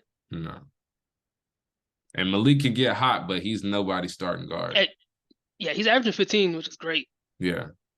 But losing De'Aaron, who's averaging 31, that's a lot of points. Yeah, that's an automatic L. You've lost 30 points. Like you're not even competing at that point. No, Joe, San Antonio Spurs, the home of the savior of the NBA. Yeah, we went 1-2 with a loss to the Suns and the Clippers and a win over the Suns. Man, I was gonna talk shit and be like, when Wemby play good, everybody, the whole team is good. I was gonna be on Wemby dick a little bit pause, but nah, they just played some really good teams this week, and yeah, that's pretty much it, man. The team is the same. You don't really expect them to beat teams like that. I feel like with those caliber types of teams, though, when Wemby does play good, that gives them the ability to win. I don't feel like if he has a bad game, I don't feel like there's somebody that can really step up and change the game like he can as far as their team. Like Right. the Vassell nigga is nice, and Keldon Johnson be having his moments sometimes, but That nigga none look of like them- Vince Staples. That nigga look like a light-skinned Vince Staples. Crazy. Nah, Hey man, there but- are three types of teams in this league. There are teams that are competing at the highest level. There are teams that, you know, have that potential, and then there are teams who are bullshitting. And I think the Spurs are at the top of that second group, the teams who have the potential to compete. And it's crazy considering the fact that, like, yeah, that experiment is only a year or two old, you know, if you don't factor in Wemby, you know, Sohan, Vassell, you know, those guys, like, really building, you know, that core of, you know, not necessarily superstars, but high value, high quality, coachable players who have bought into this San Antonio system and, you know what I'm saying, and are playing, you know, effective basketball. Like, I think, like, we don't expect them to come out and, you know, and dominate the league, but we are definitely getting a higher quality of basketball than we expected from the San Antonio Spurs this quick behind the you know, the Wemby experiment. So yeah. I think, yeah, like even just getting the one win over the Suns, right? Like, you know, I think that's impressive. You know what I mean? Like that's Very, very. But it took that nigga going off though. You know what I'm saying? They Hey, man. actually won both I- games. Yeah, they did. They won Oh, both they did? games. Yeah, Yeah, they they won beat both Suns games. back to back. even So- more impressive. You know what I'm saying? Yeah, Like, Nah. you know, not only does it pass the eye test, right? Like, not only does it pass the eye test, they're playing great basketball. They look dominant. Like it's a fucking freak show out there. But yeah, like, they're beating teams they're not supposed to beat, and they're and the factor, you know what I'm saying? The kill factor, the thing that changes, you know, the difference between a win and a loss is the number one draft pick. I get he didn't even play that good the first game against the Suns. It was that second game he went crazy. But now that just fucked my whole head up. Yeah, this is the second game where was it Booker starting to talk? Hell yeah, and then score like 2 points after that. Yeah, did absolutely nothing Like for him. 1 for 4 after that. Every game the Suns lose brings a smile to my face. Man, I love the competitive nature. I cannot deny the killer, the fucking viper that Devin Booker is, but ain't nothing. I don't He's know, a front runner. bro. I like him losing is the closest thing I ever get to see him getting punched in the face, and it just makes me so happy, bro. You might see it with Draymond. You never know, right? He's good for one suspension in the playoffs. He might be No saving it for cap. Book. On me, or he gonna kick somebody in the nuts. This nigga here. But yeah, man, shout out to the Spurs, man, doing way better than expected. And you know, and really implementing, you know, really like getting some wins under their belt. Like, I get it, man. Like, you know, this is one of the biggest prospects we've ever seen in NBA history, you know, but nobody expected them to, you know, to right the ship overnight. So to see this level of success, even this early on, is still very impressive, even if it, you know, ultimately means nothing. Like, it still shows, you know, what this system is capable of, what these pieces are bringing to the table. And yeah, just like what Wemby can potentially do, you know, as a force in this league. I mean, Do you think somebody would be able to figure him out? I think he'll run into some adversity for sure. He'll run into some people that are specifically, you know, when people really start to scout him, you know what I'm saying? When people, you know, especially in like a series, like let's see him, you know, 5-6 games in a playoff series, like when people really got an opportunity to tap in and, you know, and expose his flaws, like, you know, That's the scary part because then he has to adjust to that. See, Yeah. we've already seen him adjust to the NBA game and recognize his weaknesses and transition from the amateurs he was playing in to where he is, where he is now. And nobody expected him to be this good this early. But yeah, some real adversity is gonna come, especially once he gets some postseason experience. And I think that will be the real next level, the real level up. You know what I'm saying? Yeah. Did any of y'all see that play where he caught the ball mid range, the post? I don't know if it was a Kogi or Gordon guarding him, and he just turns around and just pulls up without they weren't even there. It's not How do you stop that? niggas in a different stratosphere, bro. Ball is at the rim, and he hasn't even jumped yet. Yeah, I could see somebody like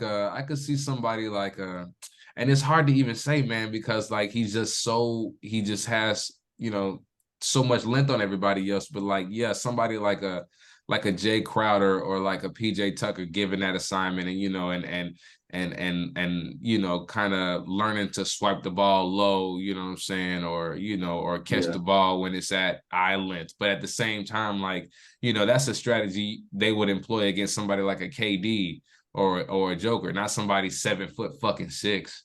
You know what I'm saying? 7.5 feet tall. You feel me? Like that's, I mean, him bringing the ball low is still 7 feet in the air. You know what I'm saying? So yeah, Matchup I can't wait to see with him is Embiid versus Wemby. He might break. Oh, Embiid's gonna take it. He's gonna fuck him up. He's gonna give it to him at least on the first game. we gotta check and see. We gotta check and see if that's a national TV game. If that's a league pass game, I'm sure that'll change. I'm sure they'll make the adjustments to put that shit on prime time. We got to find out when that matchup is, because yeah, that'll definitely be like if both are healthy and both are playing, yeah, we might see the second fucking Big Bang, nigga. Yeah, that game's until January 22nd. Oh yeah, they're gonna ways away. They're gonna make us wait for that one. Yeah, let's hope for health on both sides so we can really see what the future of the position looks like. You know what I'm saying? What that battle looks like. Gabe, we got the Raptors. What is the pride and hope of Canada? What are they looking like this week? Yeah, man, I'll keep it short and sweet because there's not really a whole lot interesting with Toronto. They went 1-2 this week, and so they had the best thing is they had a big win over the Bucks, 130 to 111. So their overall record right now is 2-4. Like I said last week, the lone bright spot for this team is Scotty Barnes. I rounded up on his numbers, but he's essentially averaging 21 points, 10 rebounds, 6 assists on 52% shooting. I mean, that's great. Those are amazing numbers. And so he's putting up Siakam numbers. Well, Siakam, he like peak Siakam, like he was an all-star. Yeah, I feel you. So the thing is Barnes, he's clearly their cornerstone. He's the one that they're going to build around. Siakam is still very talented. OG Anunoby is still very talented. The reason why I think that they're 2-4 right now is I don't think that they're really playing with each other. Like, it really just feels like a collection of dudes who are out there rolling the ball out and playing basketball. It doesn't really feel like they're connected. They don't really look like a team.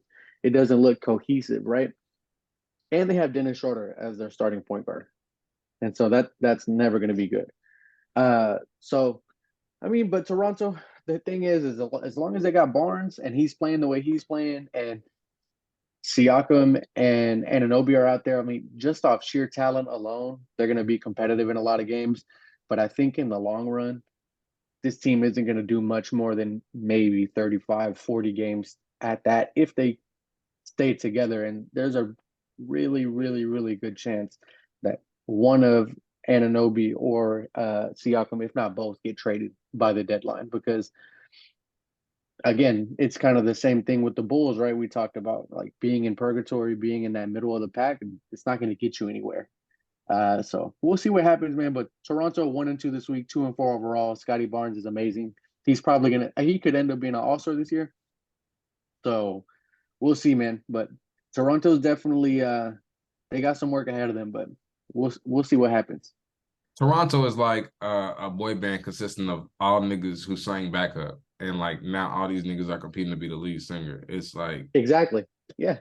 That's the perfect analogy. Jesus it's like Christ. Yeah, I these ain't gonna niggas lie, has been your entire life harmonizing, providing backing vocals, and now you want to be the nigga in the front, and it's just like you gotta find some harmony, bro. You gotta file rank. You know what I'm saying? And if Siakam is your number 2, or if Anunoby is your number 3, like y'all have to be able to put y'all trust in Scotty Barnes to lead this team.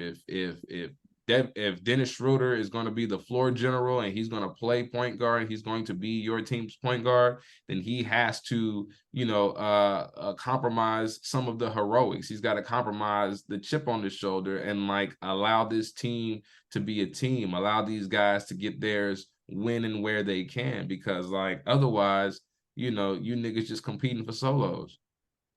Yeah, until they all come to an agreement that Scotty Barnes is their best player, they'll be kind of this up and down sub, creeping at 500 all year long. So that's even if there's not a trade that happens, but I'm pretty confident somebody's going to get traded. Scotty Barnes had a pretty good game against the Spurs tonight, but again, we'll cover that in week 3 of War in the Paint. But I think bro dropped 33 tonight. So yeah, man, he's amazing. Right on. Now the Jazz, we got a back-to-back team for you, Gabe. How the Jazz doing this week?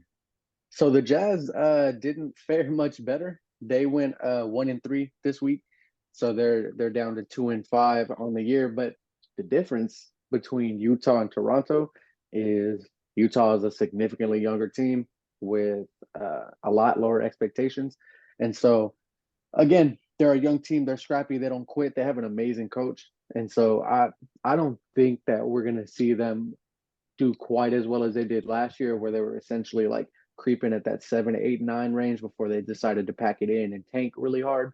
I think Tef, you said it last week. Like everybody gives the Mavericks shit for tanking 2 games, but these guys literally tanked like a quarter of the season. So Utah's a good team, man. Like Jordan Clarkson, the dude's like a microwave.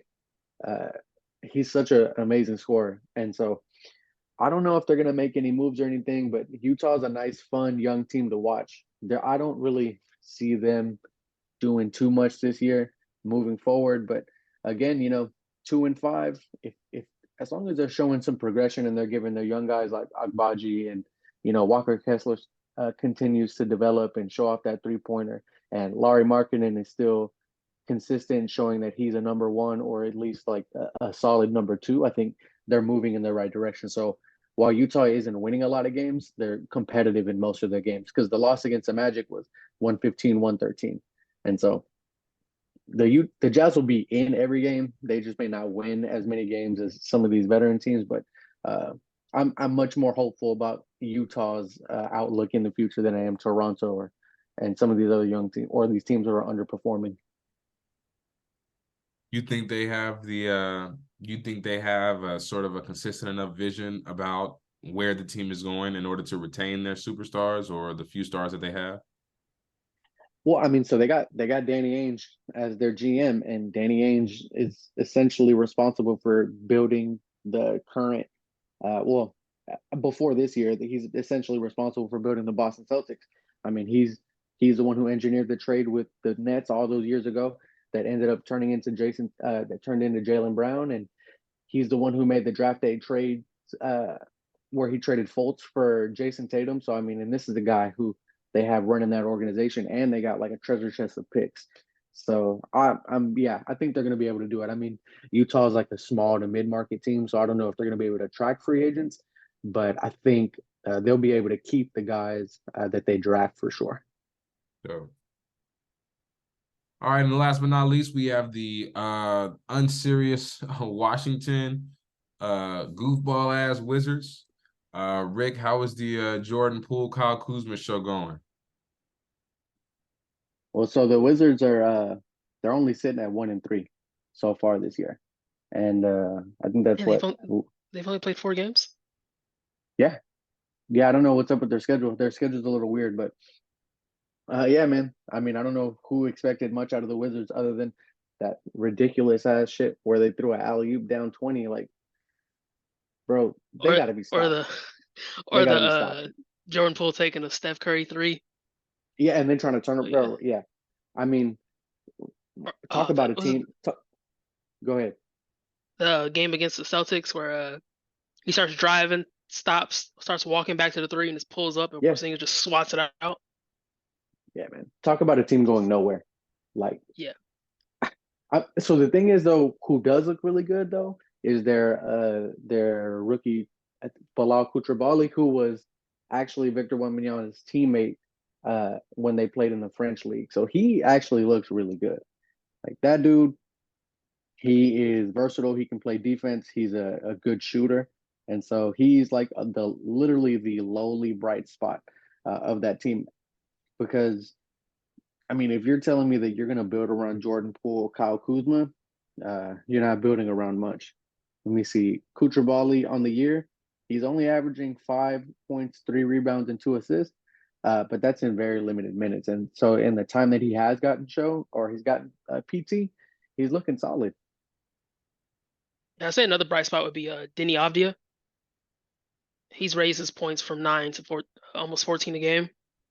He's shooting it well from 3, shooting it efficiently, which has always been his negative, and he plays defense. So it's really outside of their top 2 stars. Everybody else looks good. Yeah. This would be a fun team to watch if it wasn't led by Shaq thing full Jordan Poole. Didn't mean to rhyme. Hey man, it worked. That is who he is from now on. Shaq the full Jordan Poole. I bet you Kuzma gets traded too. Yeah, he's playing well too. And I could definitely see piece. them. I could definitely see them playing for roles on competing teams. You know, and then allowing the Wizards to just go ahead and really truly invest in the rebuild. Because right now, like Kyle Kuzma and Jordan Poole together is unserious.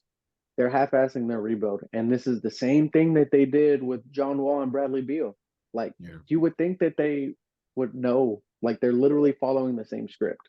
Hey, bad management is bad management, man. And like it's some teams that just like, you know, that's their curse is that, you know, they'll Cowboys. They'll run it back until it don't work. They'll run it back and it won't work, and they'll repeat the same mistakes over and over again and continue to, you know, just kind of be a factory for players to become disgruntled and make their way out 9 times out of 10 past their prime.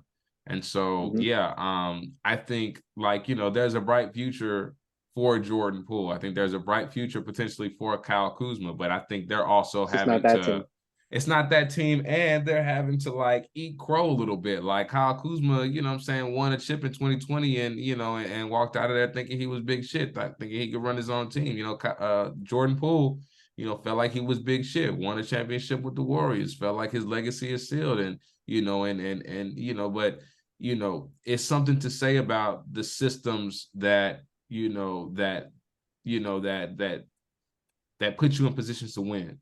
You know, and when you sit on those systems or you find yourself thinking that you're bigger than that system, you know, it's easy to get humbled in this league. It's easy to get put on it's easy to get stuck, you know what I'm saying, on fucking league pass and no longer in competition for anything, you know, minus, you know, the most embarrassing, you know, the most embarrassing team in the league.